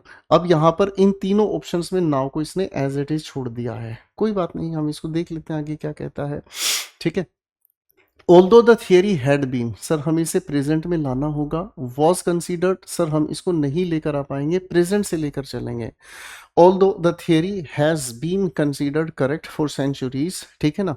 ओके, यहाँ नाउ का मतलब ही ये प्रेजेंट से कनेक्टेड है। New findings now prove that, अब ये प्रूव करता है, क्या प्रूव करता है, इट इज फ्लॉड। तो सी आंसर इसके लिए बेहतर है। पास्ट में इसको हम लेकर कनेक्ट ही नहीं कर पाएंगे, ठीक है ना जी, पास्ट को लेकर हम इसको कनेक्ट नहीं कर पाएंगे।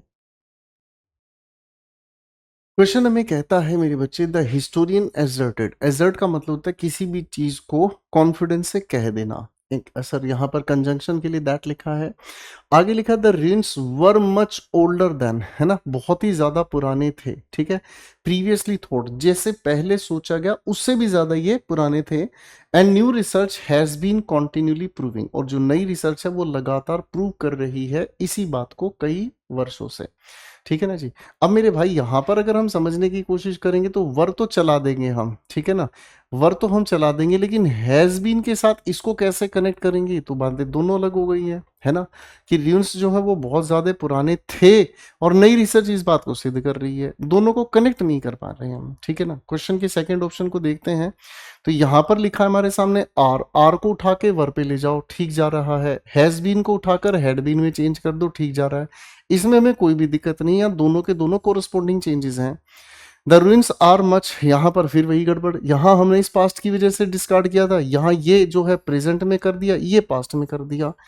तीसरे ऑप्शन में दोनों ही पास्ट छोड़ दिए होंगे, हाँ वही शैतानी इसने कर दी है कि ruins were much older than previously thought, the new research had been continue proving it for long for years. तो इसको दोनों को पास्ट में लिखने की कोई सेंस नहीं है, हम कोरेस्पोंडिंग प्रेजेंट से पास्ट की तरफ लेकर जाना ऑप्शन को वैलिड मानते हैं। क्वेश्चन हमारे सामने आया है मेरे बच्चों, द स्टूडेंट सेड, आगे लिखा आई, आई को हम चेंज करेंगे, इनडायरेक्ट स्पीच में लाएंगे। हैव के साथ बीन रीडिंग, इसको भी हम चेंज करेंगे। यहाँ पर इस लिखे हुए दिस को दैट में हमें चेंज करना होगा, ठीक है ना। दिस को दैट में किस ऑप्शन में चेंज नहीं किया, यहाँ चेंज नहीं किया, यहाँ चेंज नहीं किया। लो जी, पहली बार में ही दो ऑप्शन उड़ गए हैं। For a month, but I still do not understand the last, है ना, यहाँ पर आई को भी हमें चेंज करना है, इस डू नोट को भी हमें डिड नॉट चेंज में करना है कन्वर्ट, ठीक है ना। यहाँ पर डज नॉट लिख दिया है तो ये ऑप्शन भी गया, तो मेरे भाई तीन ऑप्शन गए, तो जो बचा है वही तो हमारा आंसर होगा, हमने तो उसको देखा भी नहीं। एलिमिनेशन इतनी अच्छी स्ट्रोंग होनी चाहिए कि सही तक आप अपने आप ही पहुंच जाते हैं। ठीक है दोस्तों, बहुत बढ़िया सवाल था।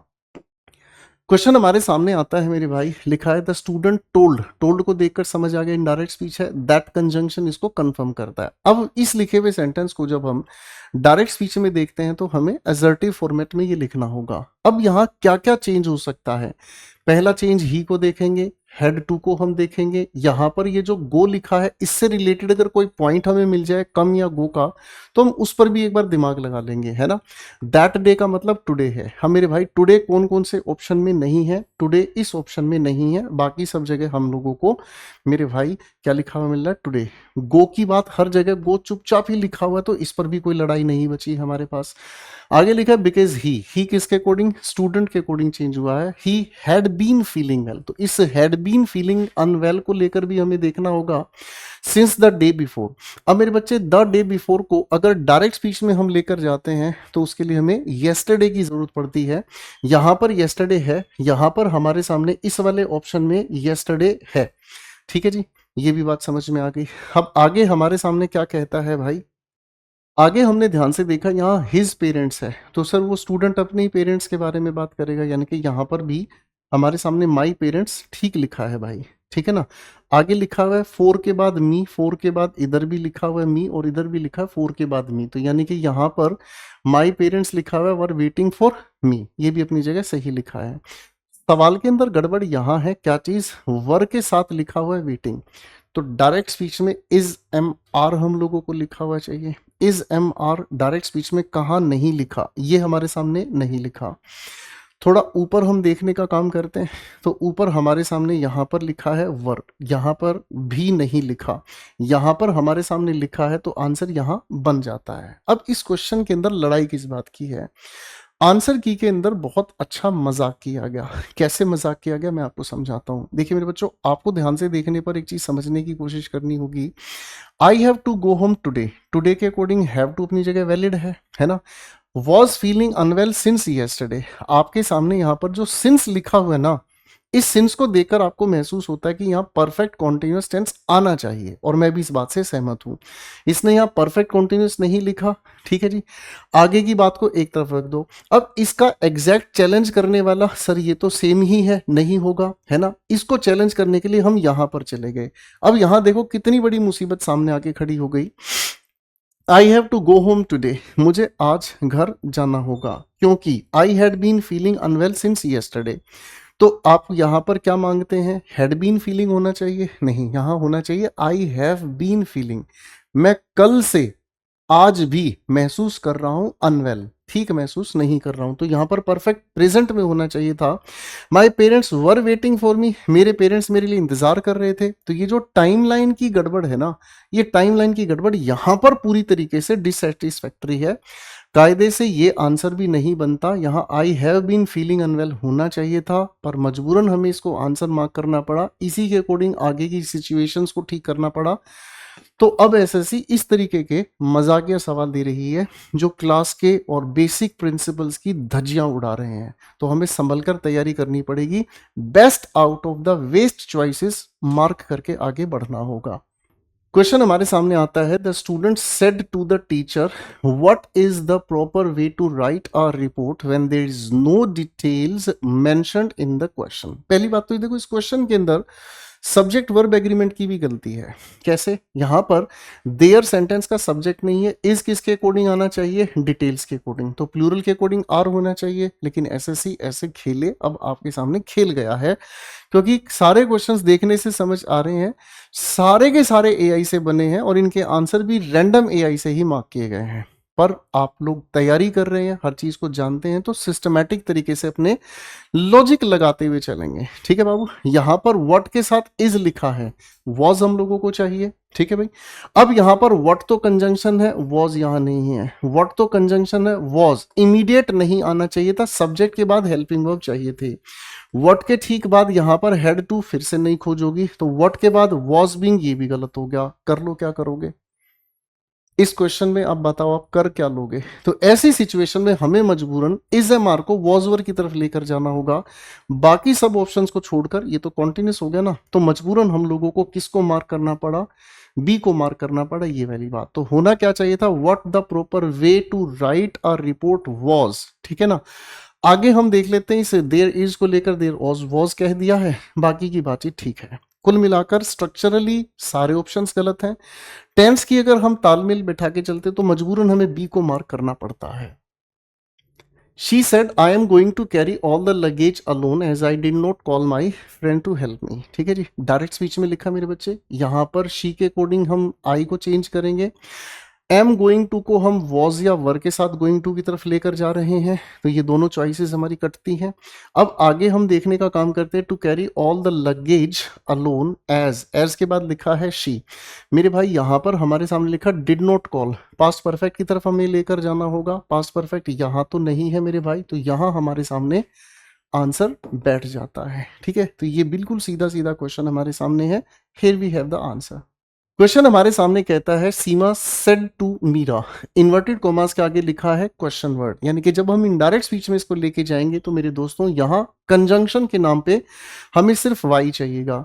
सीमा आस्क्ड मीरा वाई, सब ऑप्शंस में है। यू किसके अकॉर्डिंग चेंज होगा? मीरा के अकॉर्डिंग, तो हम इस वाई के ठीक बाद शी का यूज करेंगे।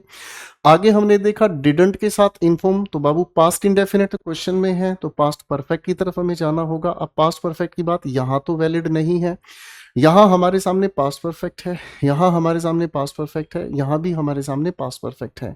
योर के अकॉर्डिंग हम हर की तरफ चले जाएंगे। तीन ऑप्शंस में हर है, आगे फादर लिखा है, अबाउट लिखा हुआ है। अब देखेंगे हम यहाँ पर वर फेसिंग, यू के साथ लिखा है वर फेसिंग, तो भाई इसको हम पास्ट परफेक्ट की तरफ लेकर जाएंगे। यहाँ पर she had been facing past perfect में है, कॉन्टिन्यूस में आई मीन, ठीक है ना। यहाँ पर भी मामला चल सकता है मेरे दोस्तों, यहाँ पर तो मामला नहीं चलेगा। अब ये दो चॉइसेस हमारे सामने हैं, इन दो चॉइसेस में बेटर ऑप्शन आपके हिसाब से क्या होना चाहिए? अब आराम से इसको समझने का काम करते हैं। सीमा टोल्ड, सर यहाँ पर आस्क्ड, टोल्ड को लेकर हम लोगों ने समझा। इंटेरोगेटिव सेंटेंस में रिपोर्टिंग वर्ब अपनी जगह गलत है, तो करेक्ट आंसर हमारे सामने यहाँ बनता है ए फॉर एप्पल, और यही हमारा फाइनेस्ट आंसर है। तो मेरे प्यारे दोस्तों, यहीं पर मैं आपसे उम्मीद करता हूं कि आपने हर एक चीज़ को बहुत अच्छे तरीके से समझा होगा, और नए पैटर्न के ये जो क्वेश्चंस हैं इनमें कितनी सारी उल्टी सीधी एप्लीकेशंस की वजह से कई सारे क्वेश्चंस ऐसे भी हैं जिनको चैलेंज किया जाना था, चैलेंज किए भी गए होंगे, उनके ग्रेस मार्क्स भी मिले होंगे, लेकिन पेपर के अंदर एआई की ज़्यादा जो इंटरवेंशन है उसकी वजह से स्टूडेंट्स का जो असली स्कोर है वो भी बहुत ज़्यादा डैमेज हुआ होगा। तो आप लोगों को तैयारी कैसे करनी चाहिए, अब ये बारे में मैं आपको बता देता हूँ। जब आप तैयारी कर रहे हैं तो जो आपको क्लास में एक एक चीज़ सिस्टमैटिकली पढ़ाई गई है उस चीज़ पर आपको बहुत अच्छे से पकड़ बनानी है, क्योंकि वही आपके लिए सबसे अच्छी गाइडेंस है। जो आपको क्लास में पढ़ाया गया है नरेशंस को लेकर, उसे डिटेल में रिवाइज करते रहें। दूसरी चीज, अगर कोई ऑप्शन आपके सामने ऐसा आ जाए जो क्लास नोट्स के अकॉर्डिंग फिट नहीं बैठ रहा, तो बेस्ट आउट ऑफ वेस्ट टिक करें, आगे बढ़ जाएं। ठीक है, क्योंकि स्किप कर दिया तो कुछ मिलना नहीं है। ठीक है, आपको ये पता है कि थियरी के अकॉर्डिंग ये गलत ऑप्शन है, हमें चैलेंज करना है, तो बाहर आकर आप आराम से चैलेंज कर देंगे, उसमें मैं भी आप लोगों की मदद कर दूंगा। ठीक है दोस्तों, और तीसरी इंपॉर्टेंट चीज, आप लोगों का अगर इस पूरे लेक्चर को देखने के बाद कॉन्फिडेंस ठीक नहीं है, तो मेरे दोस्तों आप लोगों को एक बार बड़े ही आराम से बिल्कुल बेसिक से लेकर एडवांस लेवल तक अपनी तैयारी कर लेनी चाहिए। आपको इंग्लिश ग्रामर एक्यूमेन बुक से भी अपनी प्रैक्टिस करनी चाहिए, ताकि आप लोगों का एक बहुत बेहतरीन लेवल पर कॉन्फिडेंस बन सके। ऐसे ही और भी लेक्चर्स आप लोगों को मिलेंगे। अगर क्लास पसंद आए तो अपने दोस्तों तक जरूर शेयर कीजिएगा। भाई होने के नाते अच्छा कंटेंट सभी तक जरूर पहुंचाइएगा। मिलते हैं एक अगले सेशन में। Thank you.